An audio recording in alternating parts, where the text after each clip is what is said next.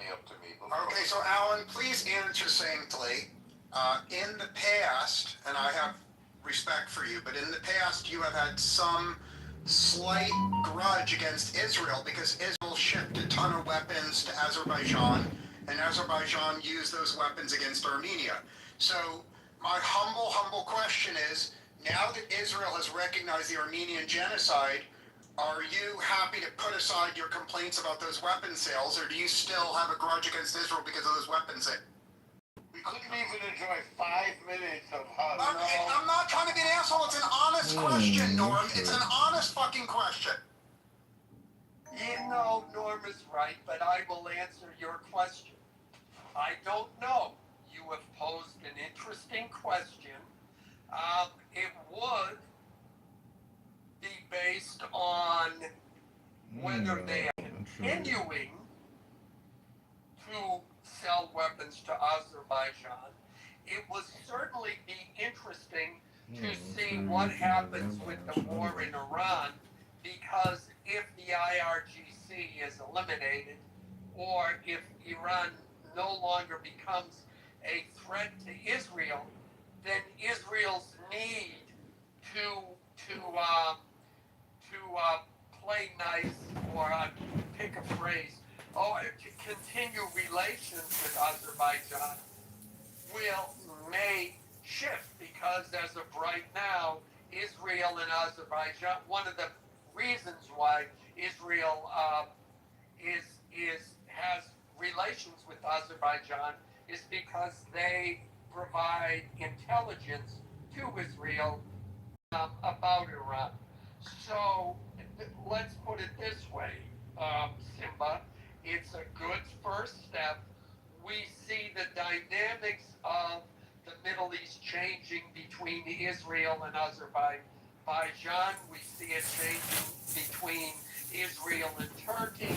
We see things happening with Iran itself, the war that Trump, that Trump and the United States is engaged in, and what happens in the future. Well, I can't look into the crystal ball. Thank you for answering my question. I don't want to bore the room.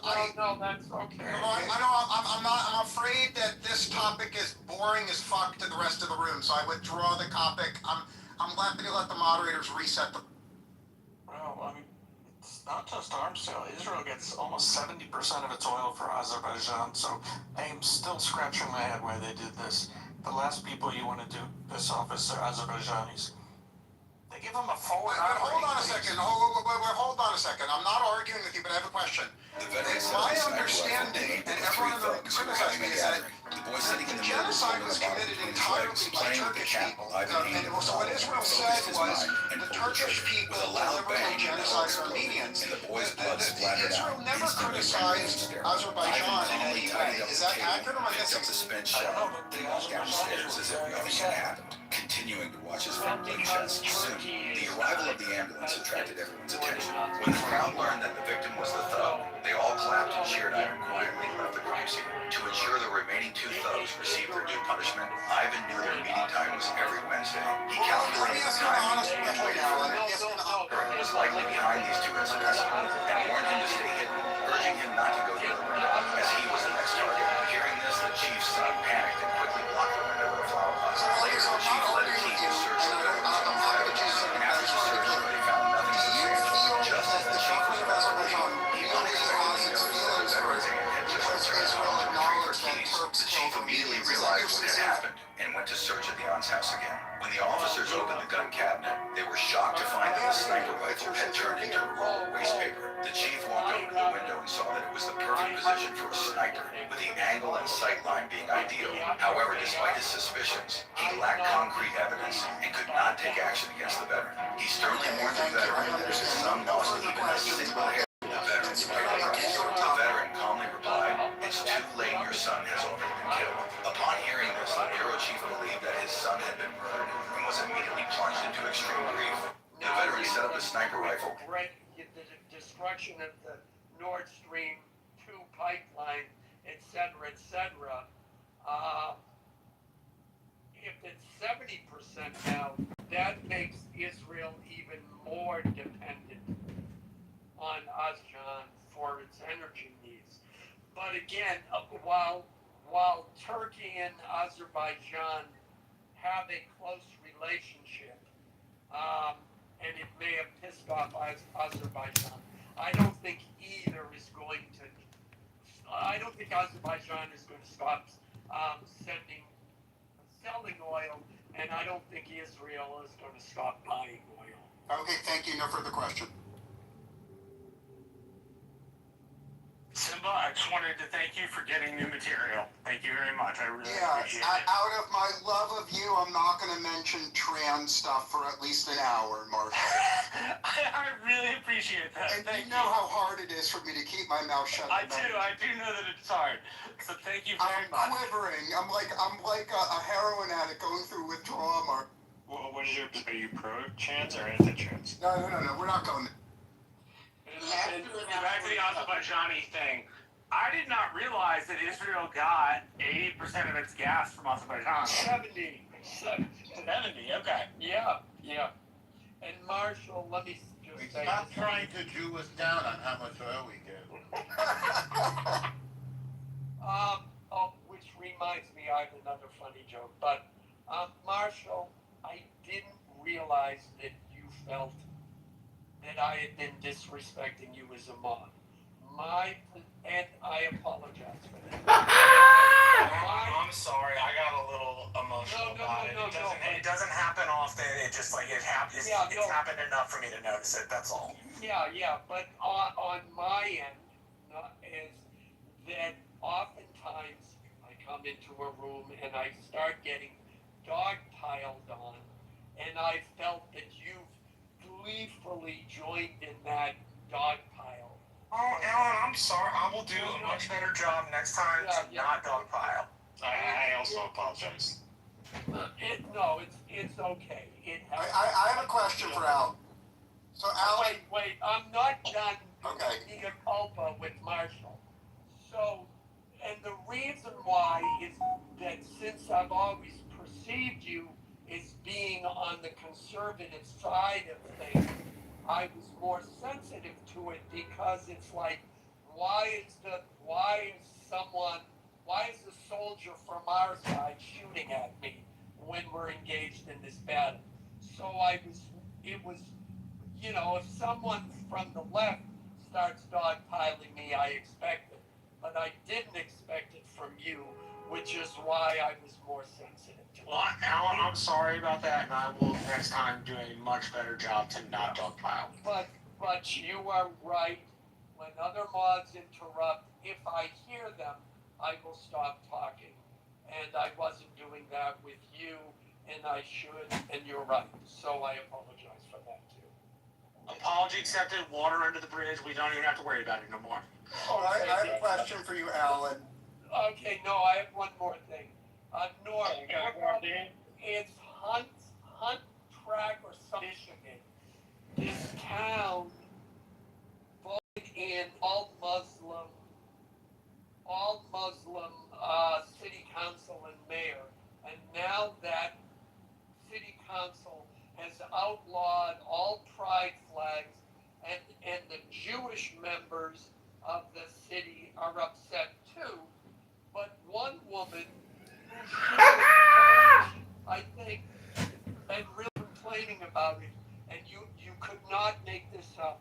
Her name is Karen Majewski. I'm done. Thank you. For my girlfriend is yours. Can I go after the brother that wanted to speak? Oh, it's yours for my I'm done.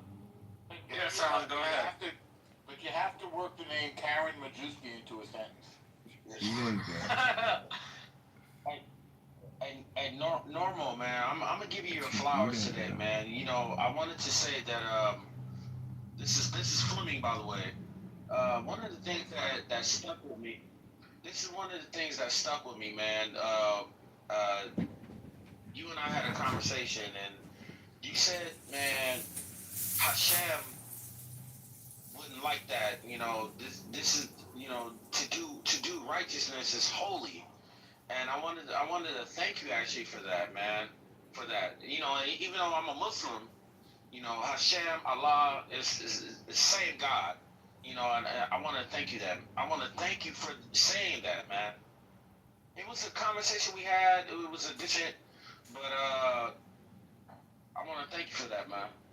I've always wanted to tell you that, but I just never got a chance to. We see that. So thanks, That's man. nice. That's nice. Thank you very much. Giving apologies or getting hugs or getting I think emojis. Karen Majewski would agree with you as well.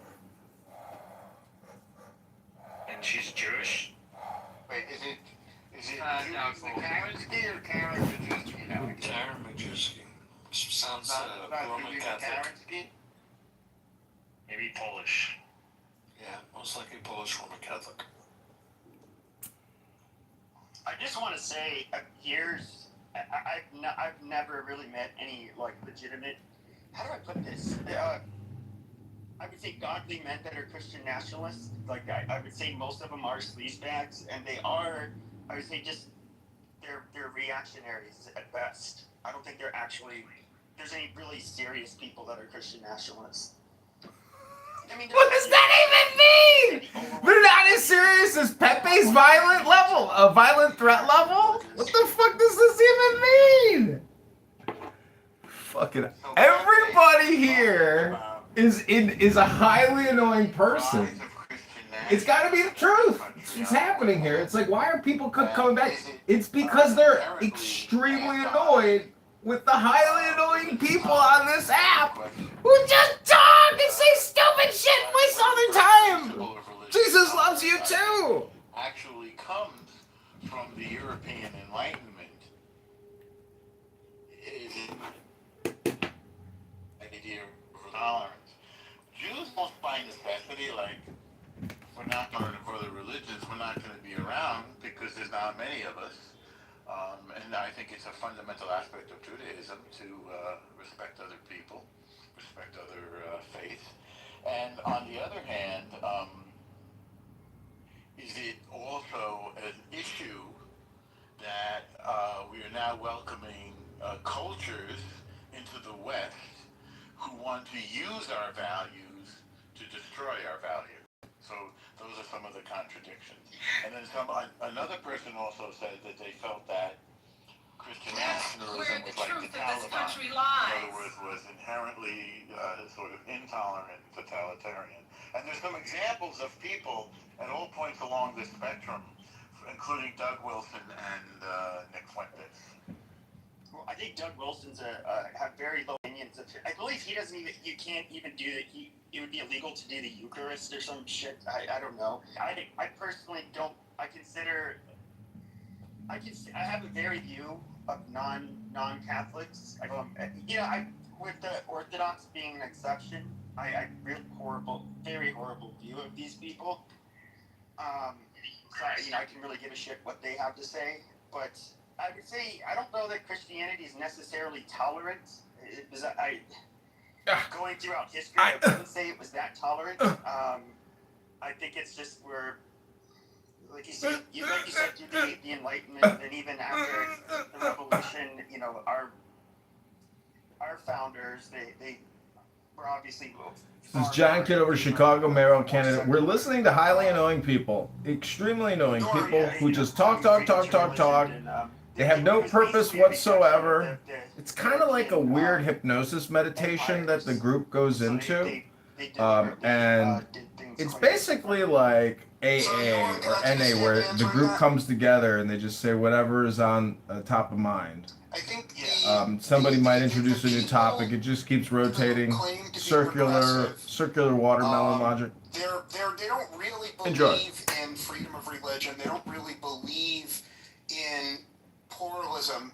The true guiding force of the woke and the leftists in this room and on Clubhouse is hatred of white Christians, and the evidence that that's their motivation is Dr. Peepee. They push to have massive numbers of fundamentalist Muslims move to America. So think about it. All these leftists and progressives who live in Bushwick or San Francisco, they demand millions and millions of like fundamentalist Muslims move here. Now it's interesting because obviously the fundamentalist Muslims do, you know, ban gayness, and there's a whole bunch of they're anti-trans, anti-gay, anti-feminist, but yet the progressive community and the woke community wants massive numbers of Muslims. So I think that's prima facie evidence, Norm, that they're not anti-religion, they're anti-white Christian. And any group, no matter how many gays a group kills, no matter how many women are oppressed, the progressives want that group in America as long as they're sure that group will hurt white Christians more. And I'd ask you to ponder that. Well, we call that, so people will call it the Red-Green Alliance. People will call We it call that a lot of different things. Pepe the Resistance Fighter. Like the circles I was in, it's just simply called Third Worldism. So This is very basically, much like Pepe's a collection NAAA. of When I was all in those people that are groups, non-white, when that I are foreign, of the religions that are, I would say, hostile, and I'm speaking specifically of Islam, which I do not think we can live in peace with them. I really do. But do you agree, Pepe, that the leaders of the feminist movement and the leaders of the gay movement demand mass Muslim immigration, even though they know the Muslims will kill them, right? Like, do you agree, or do you think that's an exaggeration? I think, yeah, they have a loose alliance. Like we all see those coexist bumper stickers, which are just fucking left naive. I do think that a lot of them do it out of spite for us. With the gays, that's a little hard. I don't map, you know, the gays into third world. I think that's more the non-whites that want more immigration. They're not seeing equality, in my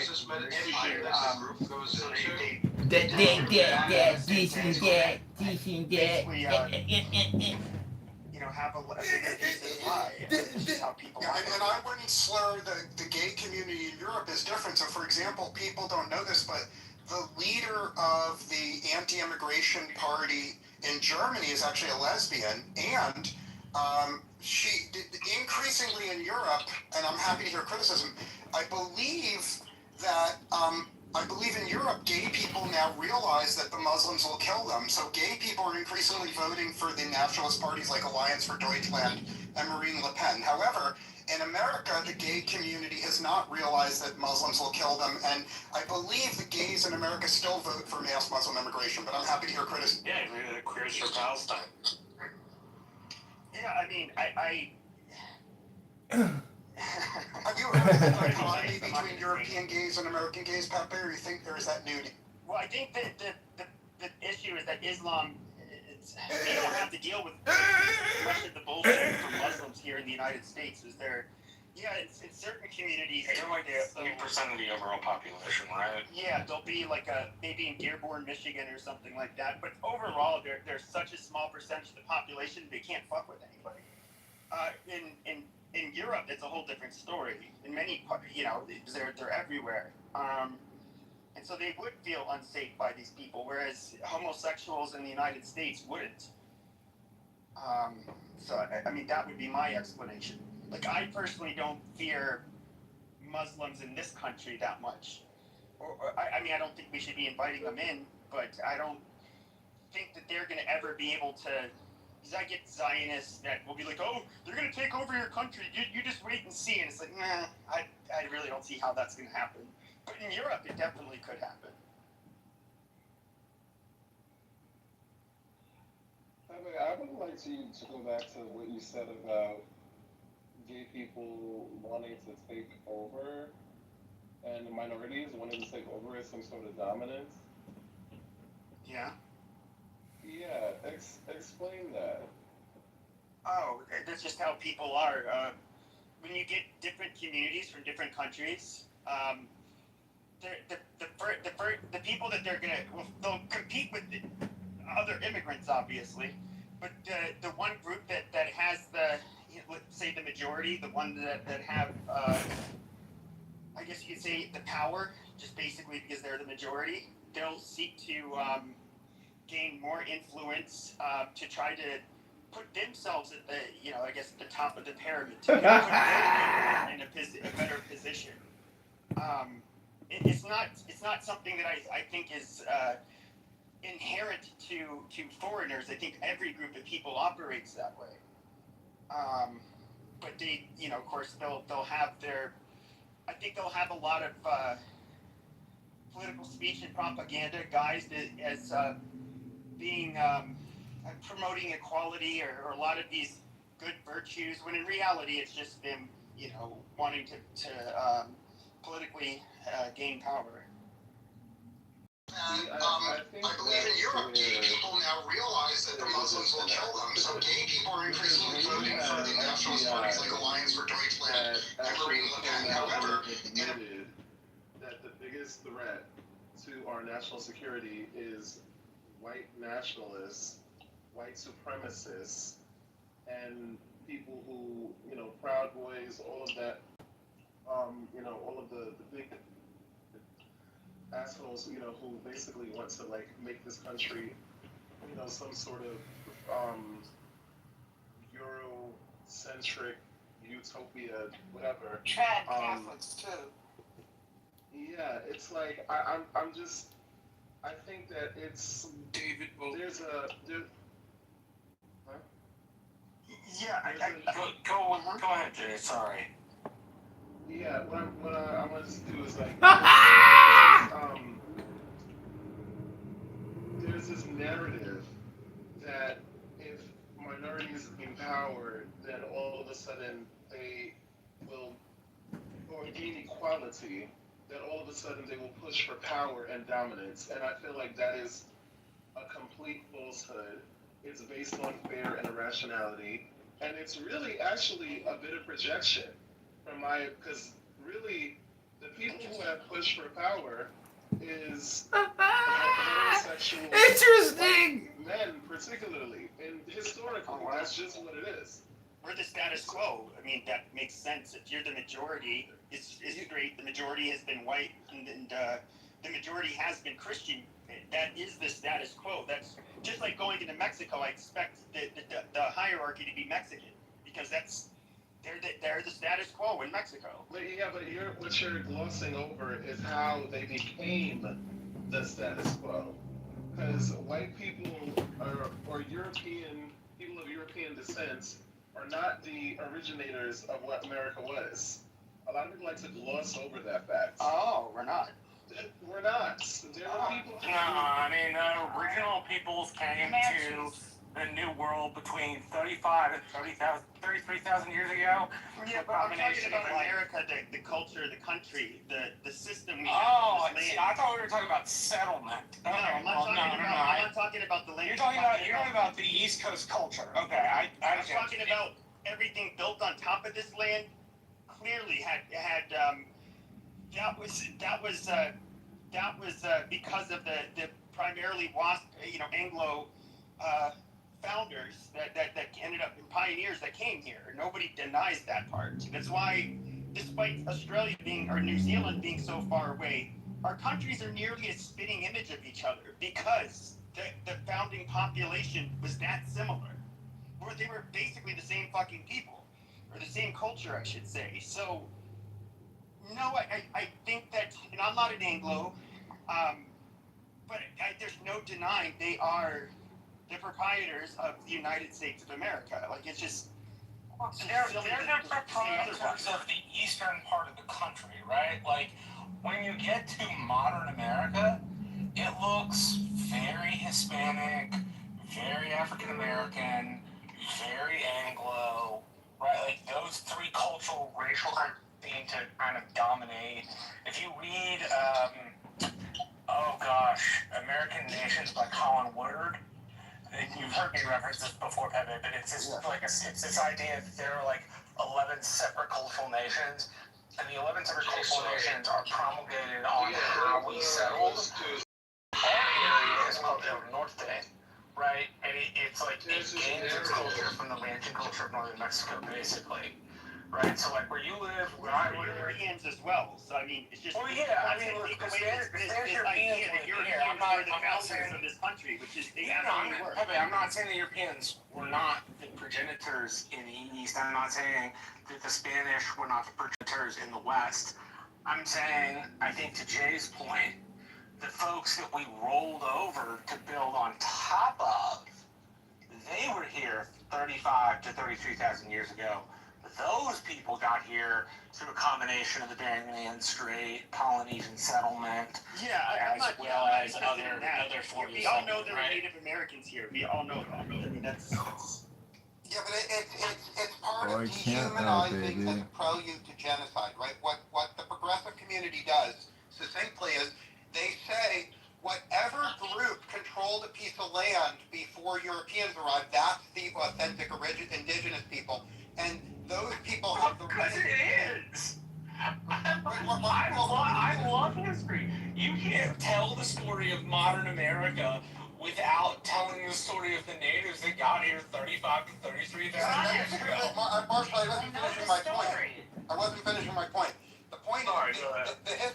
the history of this piece of land before Europeans arrived was different groups who hated each other, killing each other, and all the records show that the piece of land had one group of Indians and another group genocided them. Then a year later, another group. So the point is that the people, and this is my point, Marshall, the people that controlled the land on the day Europeans arrived, they were murderers that had stolen it from someone else, who had stolen it from someone else.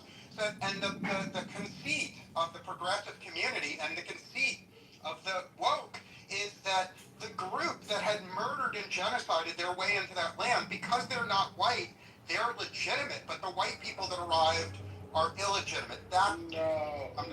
I don't know. I doubt that's what Jay meant. No. And see, here's the thing that becomes. I don't know. I'm in a good mood, like right now. So you get a different Jay, energy. you sound like you're in a good mood. Yeah, because normally that kind of a statement would justifiably warrant a different level of tone and reaction. But because I'm in a good mood, I'll break it down like this. First of all, you can't just sit, like cry. It's the yearning for victimhood that I can't take from certain people with those kinds of beliefs. When you literally have privilege, like by birth, simply because of the nation that we live in and the history that we have, that is irrefutable.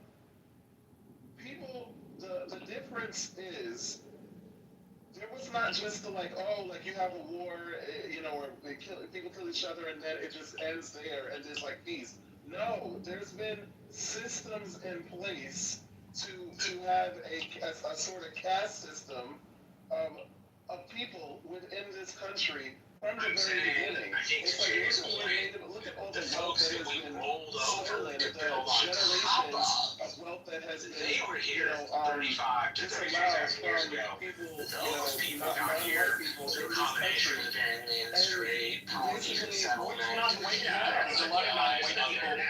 We all know there were Native Americans here. We all know. I'm not talking about. I'm not talking about. Yeah, but I'm talking about it's part of historically. dehumanizing the prelude to genocide, right? What the progressive community That's why there's this sort of push for, well, everything is good now. What do you mean? We had a black president. What do you mean? Like, everybody can come here and live the American dream. You cannot erase history. I know Trump is trying. That's why he gets If you think you're going to Hang on, it's not the point. Just let Jay finish, please. Like, he was in the middle of a statement. We all heard him talking. Thank you. I appreciate that, Marshall. But it's like there's this, and again, it speaks to my point because I think it's very interesting this sort of yearning to be able to only view the positive parts, and this yearning for sort of a pride in our history. We have a dark past. Yes, there's been great. It's a complex. Much better past than other countries, though. But what you can't do if you're going to Hey Jay, you are going in and out, buddy. And all this Like, like, it's hard. only focused on the schools and the tragic, circumstances that people had to grow up in and suffer through, slavery, racism, all of that. You can't just gloss over that and then try to be like, oh well, now all these minorities, they just want to take power from us so that they can dominate. Like, Sure. I get what you're saying. I'd say it like this. Now, nearly every country, I think they're going to have a dark past. Even with Much darker than ours. And, sure, but we did end up becoming the most powerful empire on the history of this fucking planet. So, I We're think not an if there's empire. going to be any group of people that are going to, I guess, if they should be proud, it's probably Americans, if we're just being honest. And even still, I'm not you your can empire, harp on- fella. I'm not your fellow guy. Like your But we guy, can't- buddy. but we can. I'm not your harp buddy, on- jackass. oh my gosh, let that kid stop. Yeah, We can harp on.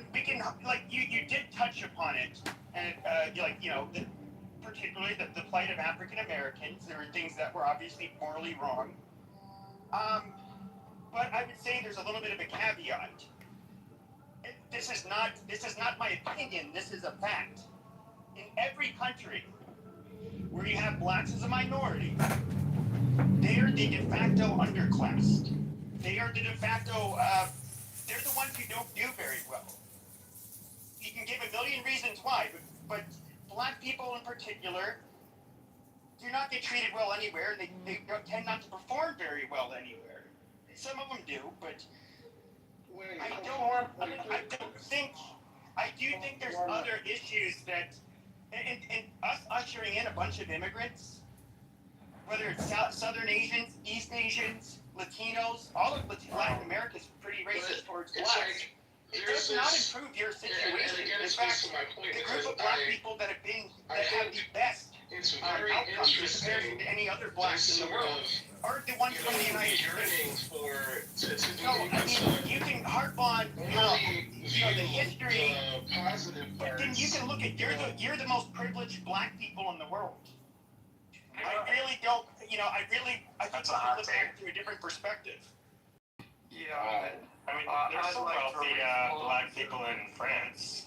Yeah, I would like to respond to, implicit in all those statements is the idea that, you stole the land from native peoples, therefore you don't have the right to complain because you're benefiting from systematic oppression and racism and misogyny and patriarchy that happened in our past.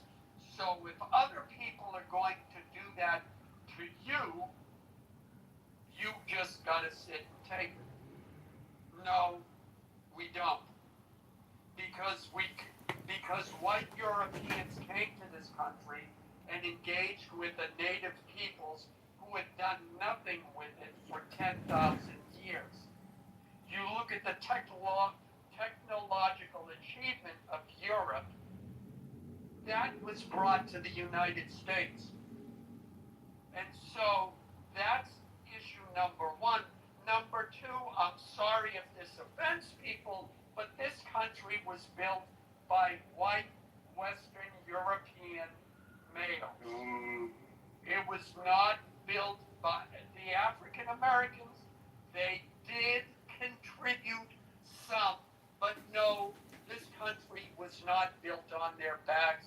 The contribution of African or black people during slavery was about 15 to 17% per year of the total GDP, period. So yeah, we are going to complain, and we are not going to allow people who use these lefty talking points to tell us, oh, you can't talk because your ancestors were bad. especially since everyone, be they native, be they black, be they immigrants, be they illegal immigrants, be they anything, benefit enormously from the accomplishments of Western white Europeans. So we would like all of those people to sit down, stop complaining, and say thank you to the white man for everything he has done for you. You're goddamn right, brother. So you're saying that black people actually benefited from slavery, is what you're saying? They Yeah, benefit from where being have I in heard this that before? country. Where have I heard that before? Say they benefited. You got that right, Alan. I said they benefit from this country. You know, you gotta listen to Alan on this. He was actually here when the Mayflower landed. That's right, and that means I'm old enough to be tired and have zero tolerance of liberal fucks who let a gay man kiss them just because they asked. But that's just me. I mean, you would be homophobic if you didn't kiss him. Wow. I really, it's the white victimization for me. No, like, not you're if literally. you get. No, excuse me, don't interrupt me. Don't interrupt me. Alan, I'm going to need you exercise some restraints. Because I guess it triggers you when you come face to face with somebody who can actually tell you that you are not a victim, that you benefit from privileges. No, not liberal bullshit. You have not built anything. You have not. How have you benefited this country? Does everyone get to complain? Yes or no? Yeah, not while I'm fucking talking, jackass. Does Everybody get to complain? Oh my Yes. god. You want to be a victim Yes so or bad. no? Here's my little violin. Where's the white people who live? I'm sorry. A white man treating you as an equal. No. It's not an equal. The white It's man not an treating equal you at as an all. equal. No, If this is you're not a an man, equal. you understand. You want to be. Everyone gets You to want. complain equal. No. It's not about Answer the complaints. question or It's shut not up. about complaints. No, you can shut the fuck up. Don't fucking talk to me like that, bitch. We'll derail this whole fucking room. Because you talking to a gay black man that will punch you in the face and then fuck you, bitch. Well, as long as he consents, he has to consent. No, he doesn't have to consent. Fuck that. Because my ancestors didn't consent. So fuck that. Talking to me with that bullshit like you're talking to somebody who's educated and smart as fuck even before I was educated. That skipped in fucking nursery school, and that's a fact. Don't come at me with no bullshit. I was keeping it cute. Where did you get your degree? I told you that's irrelevant. But I have several degrees. You talking about college? Yeah. I have several degrees. I treat you like an equal, and who's the victim now? No. It's not a victim. Not a victim. I'm somebody who's just checking your ass because you're ignorant and ill-informed.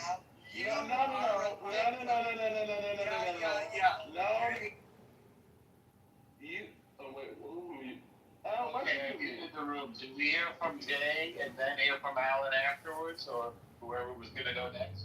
Yeah, that was. Thank you for that, because that's what was going on that derailed the conversation in general. I was responding to the complete bullshit that Alan said, and I'm not going to be here in a room and be discussed, like I'm not in the fucking room, and have some jackass, probably white supremacist, talk about how actual history is up for interpretation. It's not up for interpretation, jackass. What happened, happened. And it's not like I'm sitting here crying about it. All I'm saying is that you can't erase what happened. What happened? Well, let's, we open up some history books. We understand that people were slaves, that black people were enslaved for hundreds of years. We understand that the fucking White House was literally built by black people. We understand that black people have literally contributed to freaking advances in science, advances in fucking who invented the fucking hot cone? Invented peanut butter, invented fucking culture. Because guess what? When you're going into your basketball games, the what do you call it? The Knicks. Yeah, the Knicks, and I'm not into basketball. That's okay. We're not all perfect. Fucking go look at that. We have culture, TV, you know, like whatever, the history, doctors. Black people have been the blueprints. And listen, I'm not even like a black supremacist. I'm not even mentioning that I was addressing with Pepe earlier. I think that there's a really insidious narrative about, and maybe just misunderstanding or an irrational fear, or really a phobia of black people attaining power, because it's like, oh, well, you know, our ancestors oppressed them, and blah, blah, blah, so they're going to just do the same thing when they get a chance. It's the same thing with misogyny. It's the same thing with gay people. It's the same thing. You're always worried about people who have been disenfranchised, especially for generations. You know, when they get, you know, the power, they're going to abuse it. No. That's your playbook, not mine. I'm speaking to the ones who it applies to. People like that Allen jackass. Not all the white people there. I love white people. I love white men. Trust and believe. But what I'm not going to do is sit around and listen to people try to completely whitewash history and gloss over the reality and the legitimacy of what happened and invalidate my actual ancestors' lived experience. Fuck out of here with that. Okay, so Pepe, let me respond. Let's make it clear. He didn't like that I was invalidating his history, his people's history, his lived experience. So therefore, his response was to threaten me with violence and rape. That's his response. What was my response? I told him I was treating him as an adult male, and he didn't like it. Do we need people like JJ in our country? No. Let's hope that you somehow end up in jail so you're removed from the population. Hey. I just walked in the middle of this. I don't care who started the fight, but the fight's ended. Just address the point. Don't address each other. I am addressing. He didn't like what I said, Marshall, so he threatened me with violence and rape. And you threatened me with murder, right? He I mean, if you guys both threaten each other, then it's a wash, and we can just address the subject. I'm saying he needs to be removed from the population and put in jail. Oh, genocide? I don't, again, yeah, I just walked in the middle of this. Fine. I just need you guys to address the conversation, not each other. And he said to him, you say he threatened you, so now it's a wash, and let's just talk about the subject, because I just walked back in here. Okay, that's fine. We're done. Okay, we want to go next. So, I just like the substance of what I said to be addressed, because I feel like I made some pretty valid points, and we're actually having a pretty productive conversation, particularly like with what I was addressing, the kind of things that Pepe and some of the people were saying. Would you mind refreshing on that? Yeah, so you may have to repeat, but I hope you don't mind. Yeah, no problem.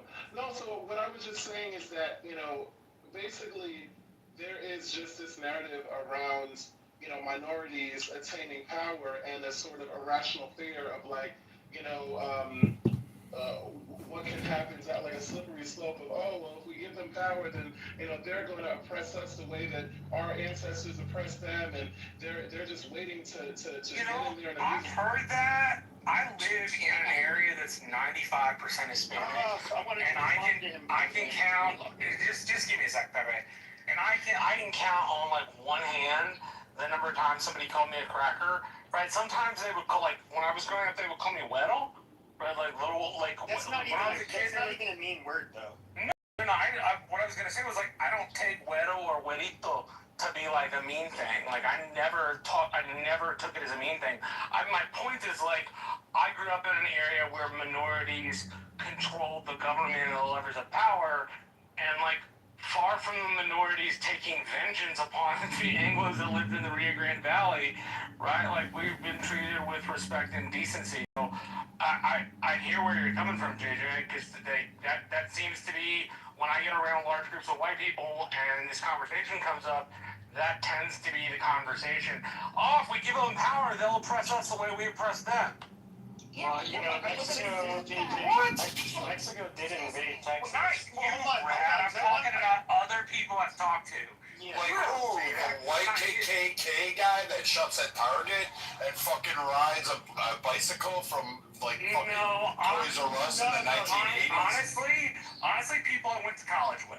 God damn it. That's ridiculous. No one believes that in like any serious monochrome. Like on Clubhouse, that shit would raid. Like we have this whole like all these sides have these mysticisms about this shit, and it doesn't there. JJ, hate to tell you this. Black people did not build the entirety of the White House. They contributed, yes, just like the whole country. You didn't fucking build the whole country. It wasn't built off the backs of black people. There was a great proportion that was significant that helped establish the country. But like this whole hyperbolic thing is there. White people are not afraid of being slaves. The Hebrew Israelites are not going. No one.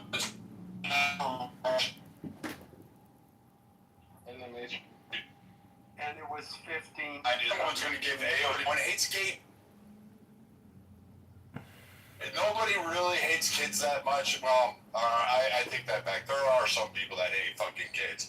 But overall, like, that shit's on Clubhouse, and that's just hyperbolic. If you're going to have a serious discussion, Marshall, there's no way in hell anybody's afraid. If we were, the fucking Hispanic people would be ruling us today. So I would, it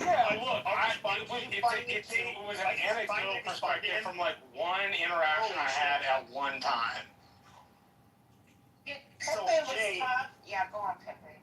So, regarding your, look, it's not African Americans that are going to outnumber, and in my estimation, my personal opinion, they will never. First of all, they're too small of a population to even be dominant over us. But the people that are coming in are predominantly non-black people. Those are basically the people I was referring to. You have Indians, which I think are going to be very tribal. We can say that you're starting to see some issues with them kind of favoring each other in different industries, that kind of shit. But with black people, I think as we get more immigrants that are not white, I still don't. In my personal opinion, it might even be worse for black people. I do not see you guys being elevated to any dominant positions in the United States. So black people are not my worry when I was talking about like the tribalism that you see between different groups. Well, you had one that become president. Yeah, but he's voted for by the majority, so. Yeah, I'm kind of confused. How does a black person being president equate to like a dominance theory that first off, all black people, they're not unified. Like, no fucking way. Like, I mean, it's worse than Biggie and Tupac, or is it Biggie and Tupac? No, I don't know. Whatever fucking conflict was going on on that day. Like, yeah, like that shit, like, literally, where do black people that get monicums of successes and reach the upper middle class, they go into sections where they don't want to be around the poor. They don't go back and rebuild homes. They don't go back and rebuild infrastructure. They talk about it, but they never actually fucking do it. And to be honest with you, the poor in the one area, they don't want to talk to the other poor in the other area. So like this idea of a universal economic system that'll be prevailed upon by only black people is just more like fucking, I don't know, like get a better stroke. Like, I mean, even Hollywood isn't making a movie on this shit. So, Jay, I'm curious if you agree with this. Is it a class thing more than a race thing, you think? There's that minority piece you were talking about, but there seems to be this class thing where people are like, well, I don't want to live around people that are poor, quote unquote, right? Yes, that like takes into account minorities, but one of the critiques I have heard from friends of mine who are progressively left is not a racial critique, it's a class critique. I'm curious kind of what you think of the class critique. Well, here's the thing. I think that that speaks to this you know, especially because, and maybe just because I listen, I mean, well, I think a lot of us probably who are pretty politically, you know, and socially like aware. Well, some of us to different degrees than others. But I hear a lot of this narrative on the right about trying to separate those things as if they're not intertwined. You know what I mean? Yeah, I mean, they seem to be together. Yeah, because I mean, the reality is that we can't, you know, generational wealth is a thing. Black people, Black Americans, were not afforded the ability to accumulate that to the same degree as their white counterparts, obviously, because of slavery and history, whatever, Jim Crow, so forth. So, Why do you include Asians then? Didn't they get their Asians, in a role? Asians did not have the same, the historical, Yeah, it was the history that we have. They were in internment It camps. was worse. They got blown up. They were in tunnels, and they got. The women were sex. No, it's not worse, and it was not. It is worse. No, no, it's not worse. They were put in camps. That's What are you kind talking of about? insulting. This is why people have black fatigue. They were putting. No, it's They were not put in black camps. fatigue. They weren't oppressed for 400 fucking years. Yeah, there's Obviously, people go through a difference. No one's accounting. No one's accounting for the difference, but to cite that the Asians didn't have Jim Crow when literally the same states that had Jim. They experienced. Oh, hold on. So like they have like literally there's a reason like outside of the configurations, but California literally had an anti-Chinese, which they grouped up anti-Asian policies and legislation that existed for fucking to what 1950 something, 60 something. 60 something, right? Yeah, 60 something. So I mean, like it was what 1950 before they were able to even fucking marry a white woman. Bruce Lee wasn't even allowed to get an acting job in Hollywood in the fucking. Even the Italians in New York, they had to separate themselves. Fuck the Guidos. No wasps allowed. Yeah, fuck the Italians. That's not nice. They gave us pizza. That's the only claim they get. I just don't understand. They gave us pizza and Caesar. It's like the Asians can be successful. You mean Caesar dressing? No, I mean Julius Caesar. Why would I be talking about Caesar dressing? I think it's because of weak. Because he brought up food. You guys are over talking people. Asians have better fathers. Like it's the weak black fathers is the problem. Not like history or something. Wow, that's kind of racist. Wow. Okay. Well then I'm right. It's not kind of To racist. be You just fair, gotta love the casual racism at 5 o'clock in the afternoon. but when we go into Is it actually black, there's- right? there's a lot of black people right? on this app, and they No, he's a white undoubtedly the biggest intra-community discussion is the two-parent household question, and then liking to talk trash about each other, the opposite sex within the black community as well. But it's not something that amongst black people that's probably going to be the number one. What they would attribute as being the number one cause for some of the poor outcomes in the black community. So I don't think that's necessarily racist. Whoever's But again, this is the problem when we look at, and to me, it speaks to maybe just a lack of making very simple connections, or maybe a willingness or a desire to put, one and one together, two and two together. Why were black fathers out of the households? Because many of them were in prisons. Why were many of them? No, not prior to.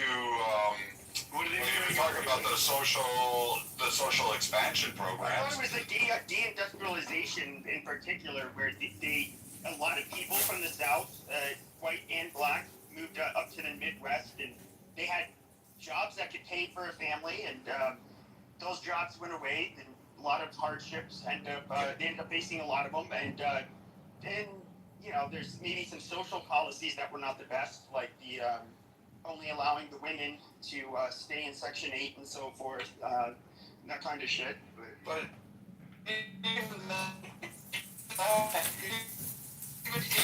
even expansive rules, like who's the over-prevailing group that utilizes the most social safety nets? White people, in particular white women. So even then, if you're talking about who pushed the black men out of the community, no one told black men to up and leave their families. No black woman said, you know what, honey, I want to live on the government kit, and I don't need you to go get a job because I can just get this free money. You go away. I don't need you anymore. I mean, unless they were abusive or something like that, I'll give a carve out for that kind of shit.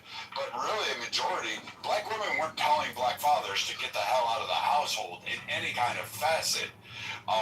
That like myth didn't happen. Otherwise, we would have saw it amongst other groups like the Hispanics, the Asians, and white people. It would have been I'm gonna be total stick in the mud. Gary's room is starting, and Scott and I are going into Gary's room. Norm, if you'd like to follow us over, we can, but I think I'm gonna go ahead and shut her down. Since this is going, I kind of feel like I've got to keep track of it. I'm not walking and knocking on doors. Yeah, You'll stay. You'll stay. Yeah. Okay, cool. Yes, Well, I'm gonna go to Gary's room. I will see you guys later. Bye.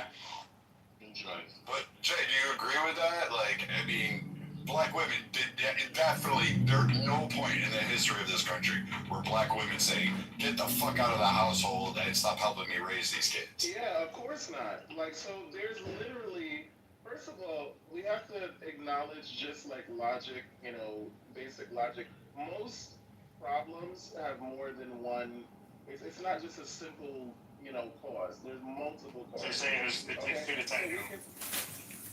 No, I'm not talking about the dynamics between like the mother and father. I'm talking about the reason why black men particularly were removed from the household. This, and from my vantage point, and a lot of scholars who've studied this is something that was that's why we talk about systemic racism, systemic oppression, because this is not just, something that just came out of nowhere. So you can look, for example, to like I was talking about, mass incarceration. Beginning in 1970, black men, there was the war on drugs. That's like kind of what it was, called. Black men were basically arrested at much higher rates than other groups, often for minor and non-violent offenses. So basically, obviously, when the father goes to jail, he's removed from the home, and there's a criminal record. So it's like a two-part thing. Okay, so we can take that, but Jay, stop there for a second. What was the percentage of the black male population that occurred to in what given second of time during the USA? Is that pre-1960 civil rights? Is that post the second civil rights or the first civil rights? Are you equating it throughout the entire history? Or are you citing this because the social advance programs didn't occur until much later past the second civil rights passage? Right, the war on drugs is like the 1980s, right? 70s and 80s. Okay, so if you're targeting the 70s and 80s, yes, I would agree. Black men were actually prosecuted and jailed at a much more higher rate than white people. But the overall percentage did not equate to the lineup. In fact, I think it actually equates to 5% of single black households that solely relied on a woman raising the kids alone and receiving government assistance. Those numbers don't equate, is what I'm saying. That doesn't matter. The same law that would put a black man in jail also applies to white men too. I mean, it wasn't like black people only law. Okay, that's a whole different thread. Right, because we can't be obtuse. Laws are only as good as the people who are willing to equally enforce them. Like, a law doesn't mean shit unless you enforce it. You might as well just be just a random compilation of words. We just can't, because and that's what I think, when you see black people getting angry about this kind of stuff, it's because there's a persistent gaslighting that seems to happen. I'm not saying that that's the intention, but it's like, dude, these things have been studied, they have been passed down from personal accounts, witnesses, people who live there, documented interviews, things, statistics, all of these things. We're not making this shit up, And so it's not, and if anything, that's why it's so frustrating when we talk about black people, what they don't do as well. The fact that we do have black millionaires, black successful businesses. Look at Black Wall Street. That was attacked and everything by the people at that time. We have fucking black excellence on so many levels, despite the intended oppression and suppression of black people's civil rights. But Jay, I get the talking points. Like I get the whole "I have a dream" speeches. Like I've heard it on Clubhouse for 5 years. Martin Luther King. I'd say a lot of people missed a lot of the march with him, You forgot Junior. and I think people should have paid more attention to Malcolm X versus Martin Luther King. And there were other greats at that time as well, Lewis, etc. You can go down the list. But what I would say is, though, when we look at the data, we can now with the historical lenses because it's been combed through, and because there's a lot of hyperbolic or really reaching on this. Again, when we look at the raw data, like I could cite a period in the 1920s to the 1940s where white men were the actual largest group per capita, percentile-wise, etc. All the way, the numbers indicate they left their homes much more frequently than other ones. And they did that despite receiving government assistance, mostly due to economic collapses, Great Depression, the Midwest, what do they call it, Dust Bowl, that shit. They absolutely left and abandoned their families because they were just wrongfuls.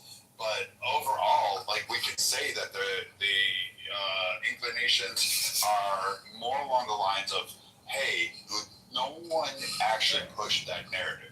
And it always comes back when we look at it, and we've heard this from a variety of well-known black women leaders in the community who say, no, this didn't occur that way. It occurred because this was a choice. Well, I wouldn't count her as an expert. But I would say that these various leaders would often cite that, hey, yes, it's a nice coverall, but it doesn't actually equate to the problem, and the stats don't back up that narrative. Let me ask you, what's the number one cause of divorce in most marriages? Infidelity. Irreconcilable differences. That's not true. That's not true. No, not legally. What are those? The legal thing. Well, I would say it could vary from like economics. It could. Stop there. But let me stop you there. Because of the choices that are allowed on those, 99% of the time, the economic disputes are just irreconcilable differences. It's not like, hey, you have a plethora of women. I didn't get the diamond ring in the Mercedes, and since you can't do it, I'm leaving. Like, I don't believe anywhere that exists that can prove that. But at the same time, I think the arguments over money or financial constraints throughout the course of the life has our inability to resolve those matters and to overcome them as groups in between is really, really highlighting. And it does particularly weigh on women because we can see this in lesbian studies where they have very, very high propensities to have irreconcilable differences, including economics and abusive relationships. Do you not agree? No, right. But see, what I'm trying to say is that what we can't do is when you look at one study, when you're looking at certain things, you're looking at them as if there are certain groups. You're looking at them as if they have parallel experiences. And to some degree, like, certain factors are similar. But you can't negate, or just try to, just try to narrow it down on, like, one particular variable. There are many different things that were happening simultaneously, right? So obviously, that's the thing. Obviously, it's not just the why men left is mass incarceration, is economic hardship, is a legacy of slavery. Mass incarceration. Is also hold on, huh? It wouldn't be mass incarceration because even as I pull up the stats, not by itself. No, but that's what I'm trying to. But the mass incarceration. It's not. it shows that It's these not just like the majority of those crimes didn't come from the majority of family homes. Like the mass incarceration you're looking for actually occurred with single men. Now they may have had children with various other aspects, and I can grant you that. But the overall home of a family, that number is not warranted in the crime stats. It shows different. No, you're right. But that's what I'm saying, though. The reason why the people make choices for reasons, right? These things just don't happen in a vacuum. There's nothing inherent, and I think January 6th taught us that because there's this narrative about black people being more violent. Absolutely not. Not the ones who were beating up cops on January 6th. That was white men. So it's like there are many different factors as to why black men particularly did not could not be patriarchs in their family, like to a successful degree. First and foremost, back then in those days, like you had to deal with racism, you had to deal with economic struggles, you had to deal with, you know, what are the ways that you actually build wealth, right? Most ways that you, a couple easiest ways that you build wealth are by owning land, owning property, and starting having your own business. Let's start there. Let's stop there for a moment. So, there's a multitude of aspects you're attacking and stacking up. So let's go through. There were 5 homestead acts that occurred within this country during that time frame. And if you actually start to really go down, and the last homestead act claim was like 1989 for a guy in or 87. I'm sorry, I lied. 87. It was 30 acres in Alaska. He got it. He's a Vietnam War vet. And 30 acres in a mule. No, it was 30 acres he claimed in Alaska, and he was the last petition to file it. And the reason they closed the program is because no one filed for it. It was absolutely done. But when we look at the homestead grants that were actually granted, do you know that the vast majority of those, including for white people, the only group actually did really well on the land grants was actually Hispanic people, oddly enough. The overwhelming, by second generation, those land grants were gone because 90% of them were abandoned. Like the kids didn't want it. They sold it off. They sold it to conglomerates, multiple bigger areas, or they allowed the state because they didn't want to pay the estate tax or the taxes due on the property because of various reasons. There's also, some other environmental disasters that occurred, like the Dust Bowl. These areas that occurred and having this just shows that those grants, despite the parents raising their family, living on the land, they chose economic opportunities more closest to urban areas, which is why those land grants actually failed. And that Homestead Acts overall generally were a good idea, I guess, if you're going to do an expansionist kind of viewpoint. But overall, the ones that maintain it, including black populations, the kids, like even white kids, they just didn't want to fucking do this work anymore. They didn't want to be farmers. They left. And we see this recurring theme. But again, the Hispanics, they held on to it. And so did the Asians up until World War II. Then when the government went ahead and seized them up in internment camps, and, basically a lot of them lost those opportunities. They started to evolve into more different areas. Well, I listen. I have to leave. I feel like there's a lot there. I think we can have a more interesting conversation about this. But I kind of just want to leave you with this kind of general idea, which is that when you try to not you personally, but when there is this conversation surrounding these groups seem to have figured it out. Why can't black people, just do what they did? It's that's where you lose, literally, every black person ever, because we're not gonna sit here and act like there weren't, especially black Americans, right? Because actually people who come from, Africa or Europe, black Europeans and different parts of the world, they don't have the same kind of generational trauma that we have, in addition to all the other things that we mentioned before, in addition to the history, in addition to the fact that there's been so many studies for literally people hiring like what do you call it? Companies hiring certain people because we want a certain image, we want a certain look, we want a certain number of white faces in our thing because that's what's going to sell. How many Black Panther? They didn't want to. That took so many years to make because they didn't think an all black superhero movie would sell. Prove them the fuck wrong.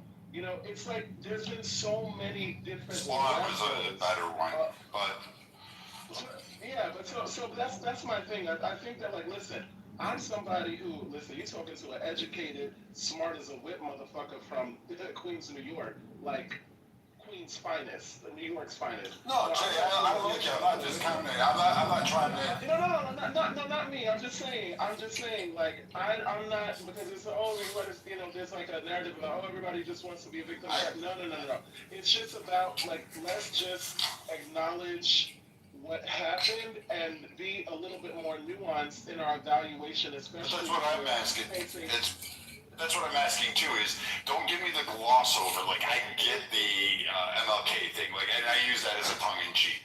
I get the whole because there's a lot of people that rip him off out of context and apply it to absolutely everything and use that as a crux. But when I go through and I look at the policies, or I look at all right, who did what under which areas? Like when I go through those historical records and even reading the Times, like your argument there is like, oh here. The generations didn't do it, but yet the people that came out of that great, even still suffering in the Jim Crow era, that actually started to build generational wealth through land acquisitions, through financial means, and had that. Yes, they faced racism. Yes, they faced. I give you all of that. Wow, those groups still succeeded until their generation came out who said, "Screw this! I'm taking the money and running."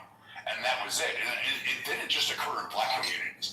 Maybe because black people are a minority that it gets hyper focused on, but it happened in the vast majority of white communities too.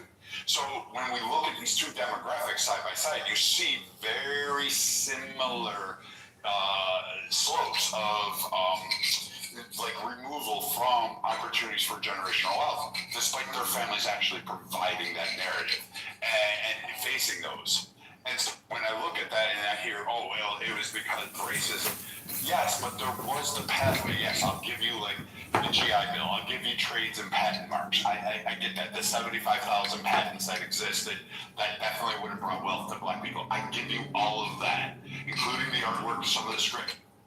Internet, without knowing where they're going on the internet, what they're seeing, how it's affecting their developing minds, I agree. That's a serious problem.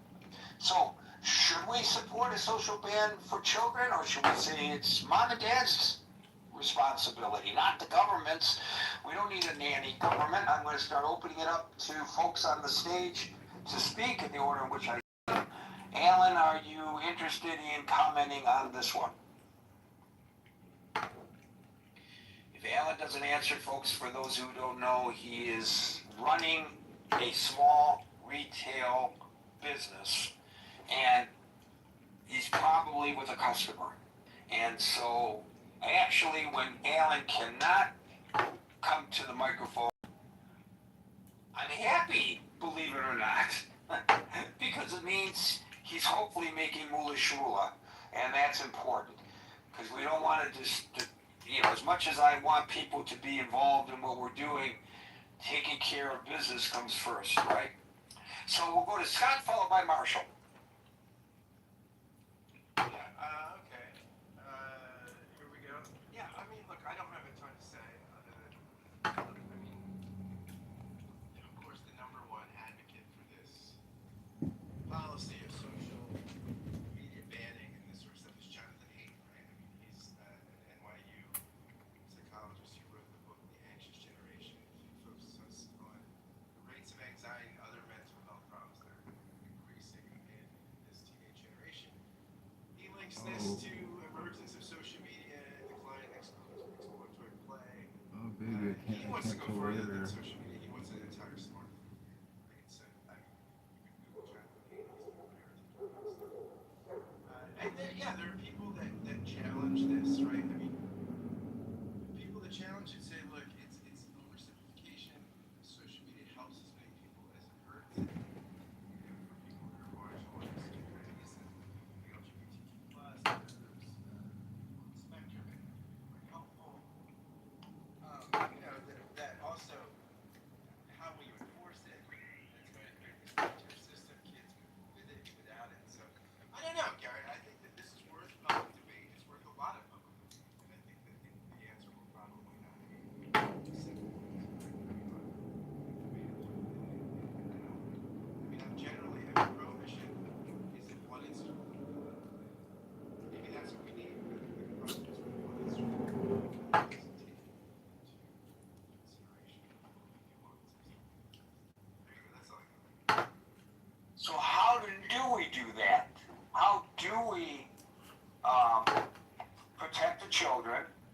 but do it in a way where you don't take away their ability to use social media for positive reasons, the nuance to which you refer. How do you do that?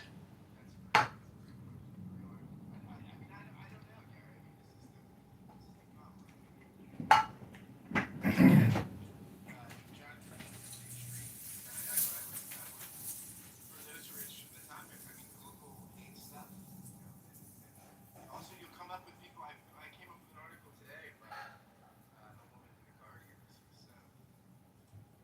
This is a little dated because it's a year ago. But this is the book is Kate's book is somewhat middle. The title is this: is I'm an expert on adolescence. Here's why smart cocaine isn't the answer. What we should do instead. She offers more parental interaction, more sort of, and some of the stuff you said, more technological awareness at an early age. So, I mean, this is one of the things that requires robust debate. So I'm tempted to kind of weigh in on one side or the other, but I don't.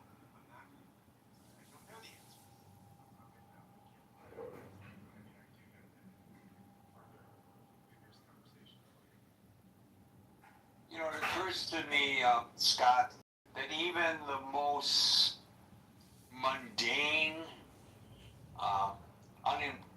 unobtrusive approaches to this become controversial. So, for example, we have seen on the local level, and this is something that can be easily done and doesn't affect the social media platforms themselves, saying that the children cannot use or bring phones into the classroom because it's distracting. And I don't think that's such an onerous thing for a school district or a school to impose upon the children. But then you get pushback from parents who say, well, what if there's an emergency? What if there's an emergency? And I'm thinking, when I hear this, how the hell did I survive 12 years of education, well, actually 13 if you include kindergarten, if you want to consider that, without a cell phone? What did I do if there was an emergency? What did my parents do if there was an emergency? How did we manage? But even something as unobtrusive as that gets pushback. Now, you expect the pushback from the children, but what I find kind of astounding, Scott, is a pushback from the parents. Yeah, of course. I mean, look, yeah, it surprised me. There's, people, again, this woman who wrote this article is a parent. She talks about her own kids and the reasons why she doesn't support it as an college person. I know, I think it's complicated, Jerry. It's complicated. I'm Mr. Gray today. I agree, it's complicated. Marshall, followed by Daniel. I'm with Scott. I don't really know the answer.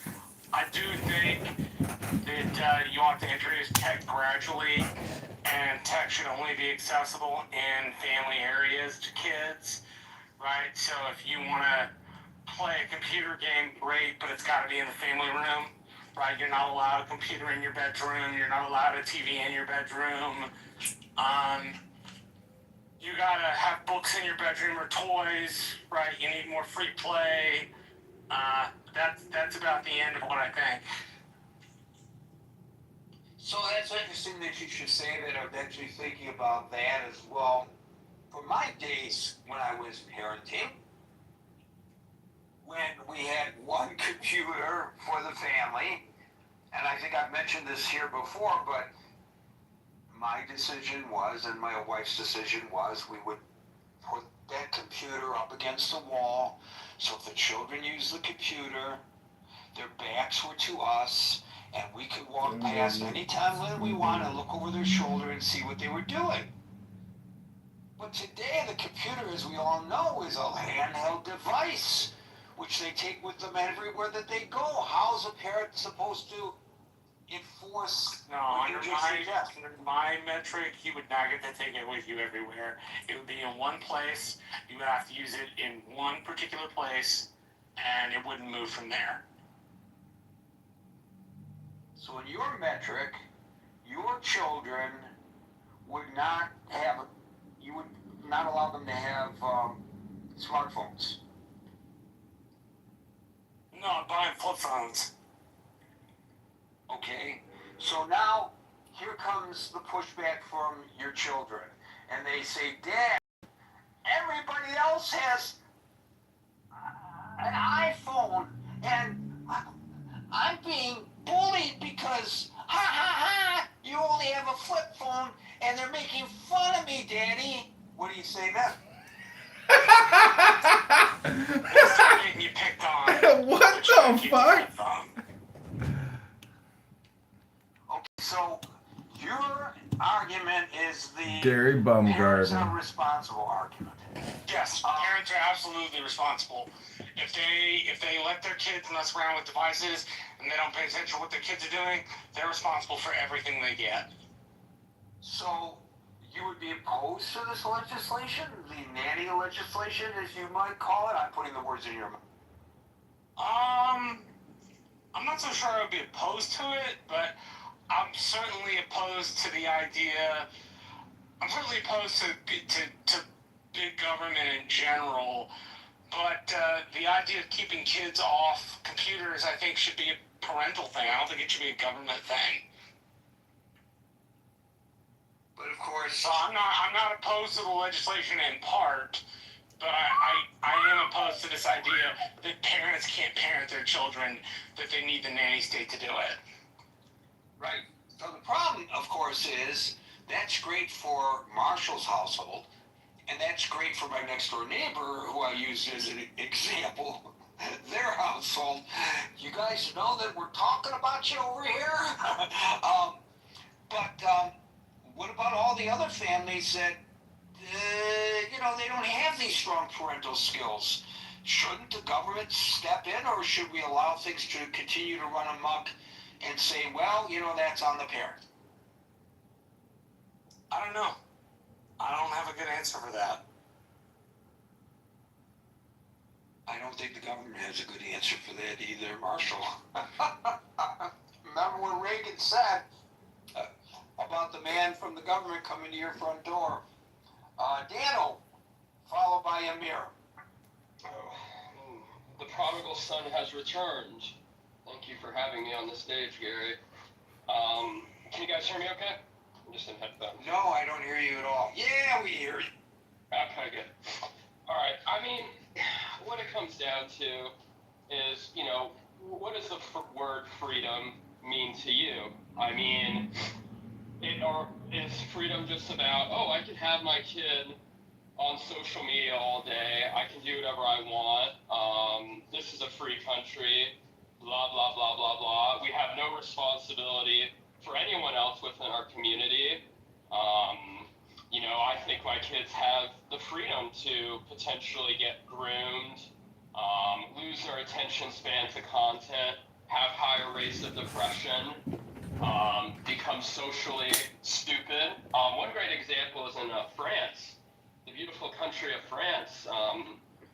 They have to teach empathy classes for the toddlers. The toddlers are stunted because they're all stupid-ass iPad kids. They don't know how to function. They're on the internet, and the internet curates the world to what you want. It customizes your experience so you can escape the obvious reality, which is that the world, heaven forbid, does not revolve around you.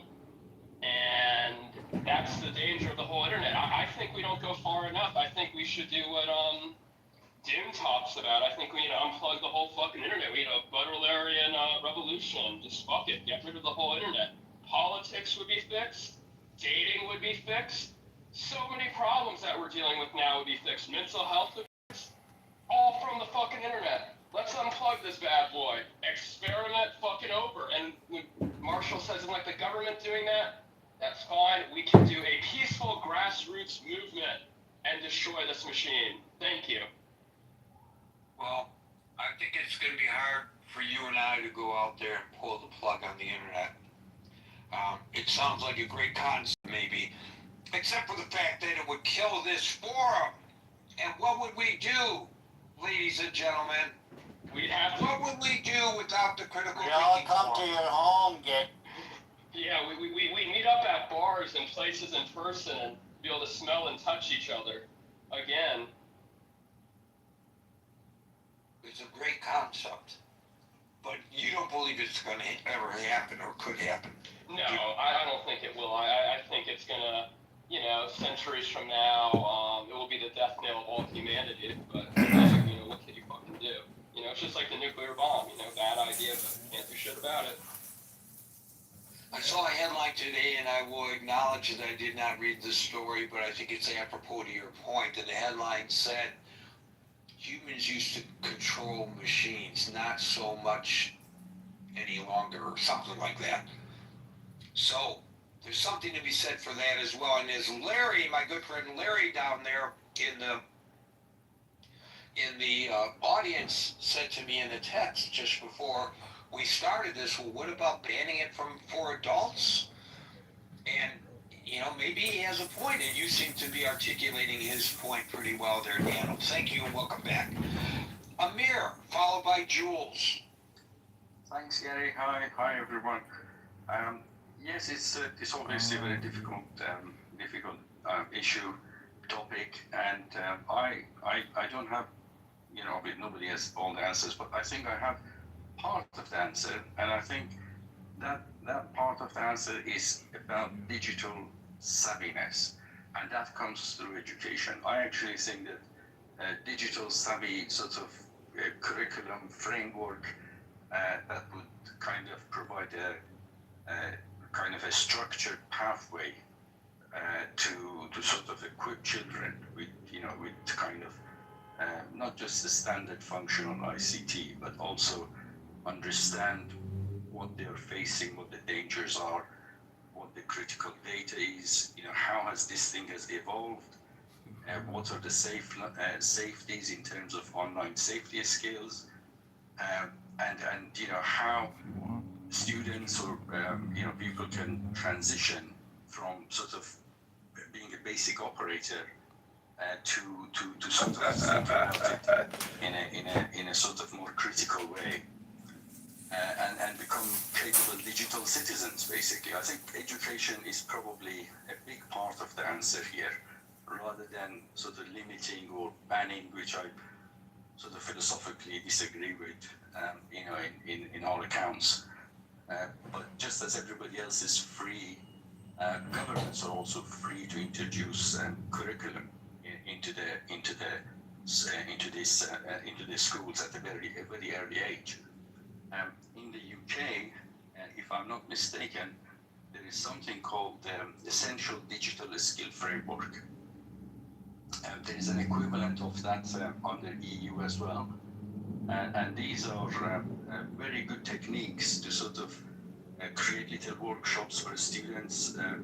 They're not well established, I must say. Some schools doing that, especially, but it's not a very established. But it's definitely some steps are being taken towards that. And I think ultimately that's where we're going to end up, because it's definitely necessary. Things like this quick YouTube that you mentioned, or TikTok. There are many studies now that they've proved them to be extremely detrimental to mentally, just because by flipping through, you're actually training your mind not to concentrate, and you lose this lack of concentration, which you're going to need for just about anything that you want to do seriously in life, whether it's education or your work. So this kind of trains your mind away from that.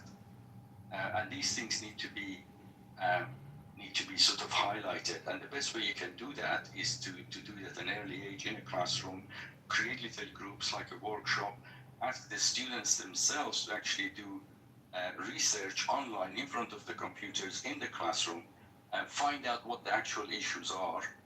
And the best way is to actually educate them. I think education. That's one of the prime ministers here a long time ago said. I forget who he was, but I think that is probably one of the best solutions to this very, very important problem. Thank you for that, Amir. So as you spoke, I did a little further research. According to CBS News, approximately 24% of suicide deaths among children ages 10 to 19 are linked to high-risk digital technology and internet use, such as cyberbullying, algorithmic exposure to harmful content, or addiction. The CDC has published findings linking frequent daily social media use to significantly higher rates of persistent feelings of hopelessness, severe online bullying, and suicide ideation among high school students. A Journal of the American JAMA Network, a Journal of the American Medical Association Network study. It's a long-term study which tracked kids from the ages of 9 to 14. I'm reading this on the NPR site. It found that children who develop addictions to social media or mobile phones are significantly more likely to report suicidal thoughts and behaviors. One last one from the National Institutes of Health. An analysis of 9 international studies by the National Institutes of Health finds a clear independent association between heavy social media / internet use and increased suicide attempts in young people. These are very chilling results that are being reported by these various credible institutions. Thank you, Amir. Can I add one? Yes, Amir. One other thing, Gary, and that is limitation. Obviously, is important. I mean, I've talked about we talked about sort of banning, but you can avoid banning, but you can basically limit. I totally agree with what Marshall said about not having the mobile. This is exactly what we did with our son. He could have it.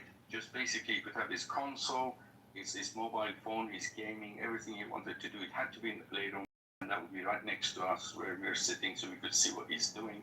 And he was never allowed to take the mobile phone or the console into his bedroom.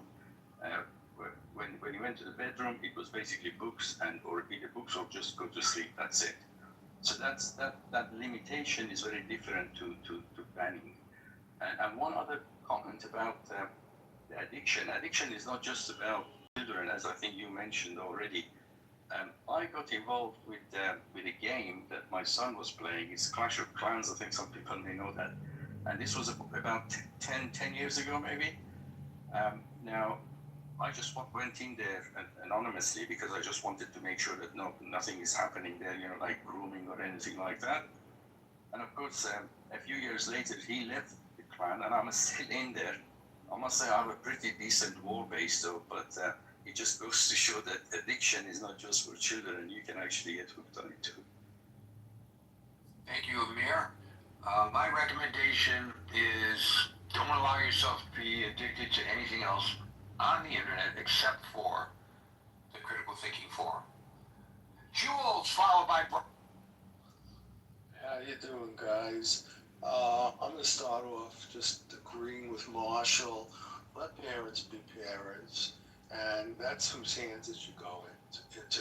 But when you said supporting social media ban for children, to me, I thought you would say a social media ban for adults or elderly adults.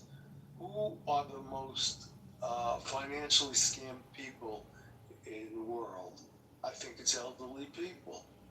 You want to draw the line elderly at 60, 55, whatever. People new to the internet who don't have the skills that younger kids have. Financially, they're getting ripped off left and right. Children get ripped off too, but the point I guess you're trying to make, Gary, is that children have to develop with social skills with other children. You just go in their room, play on the computer, and go into social media. You're not meeting people. It's just very harmful. Everybody covered that. who spoke before me. It's addictive, it's harmful, suicidal, it destroys you. I know in New York here, you have my New York accent, so you know I'm from New York. The education system is so piss poor. There's really no education system. People don't read at the correct reading level. They don't know how to do math. They don't have any skills for history. They don't understand anything. They can't reason. They can't think. I'm not saying everybody, but I'm saying most. It's at epidemic level. It's really bad.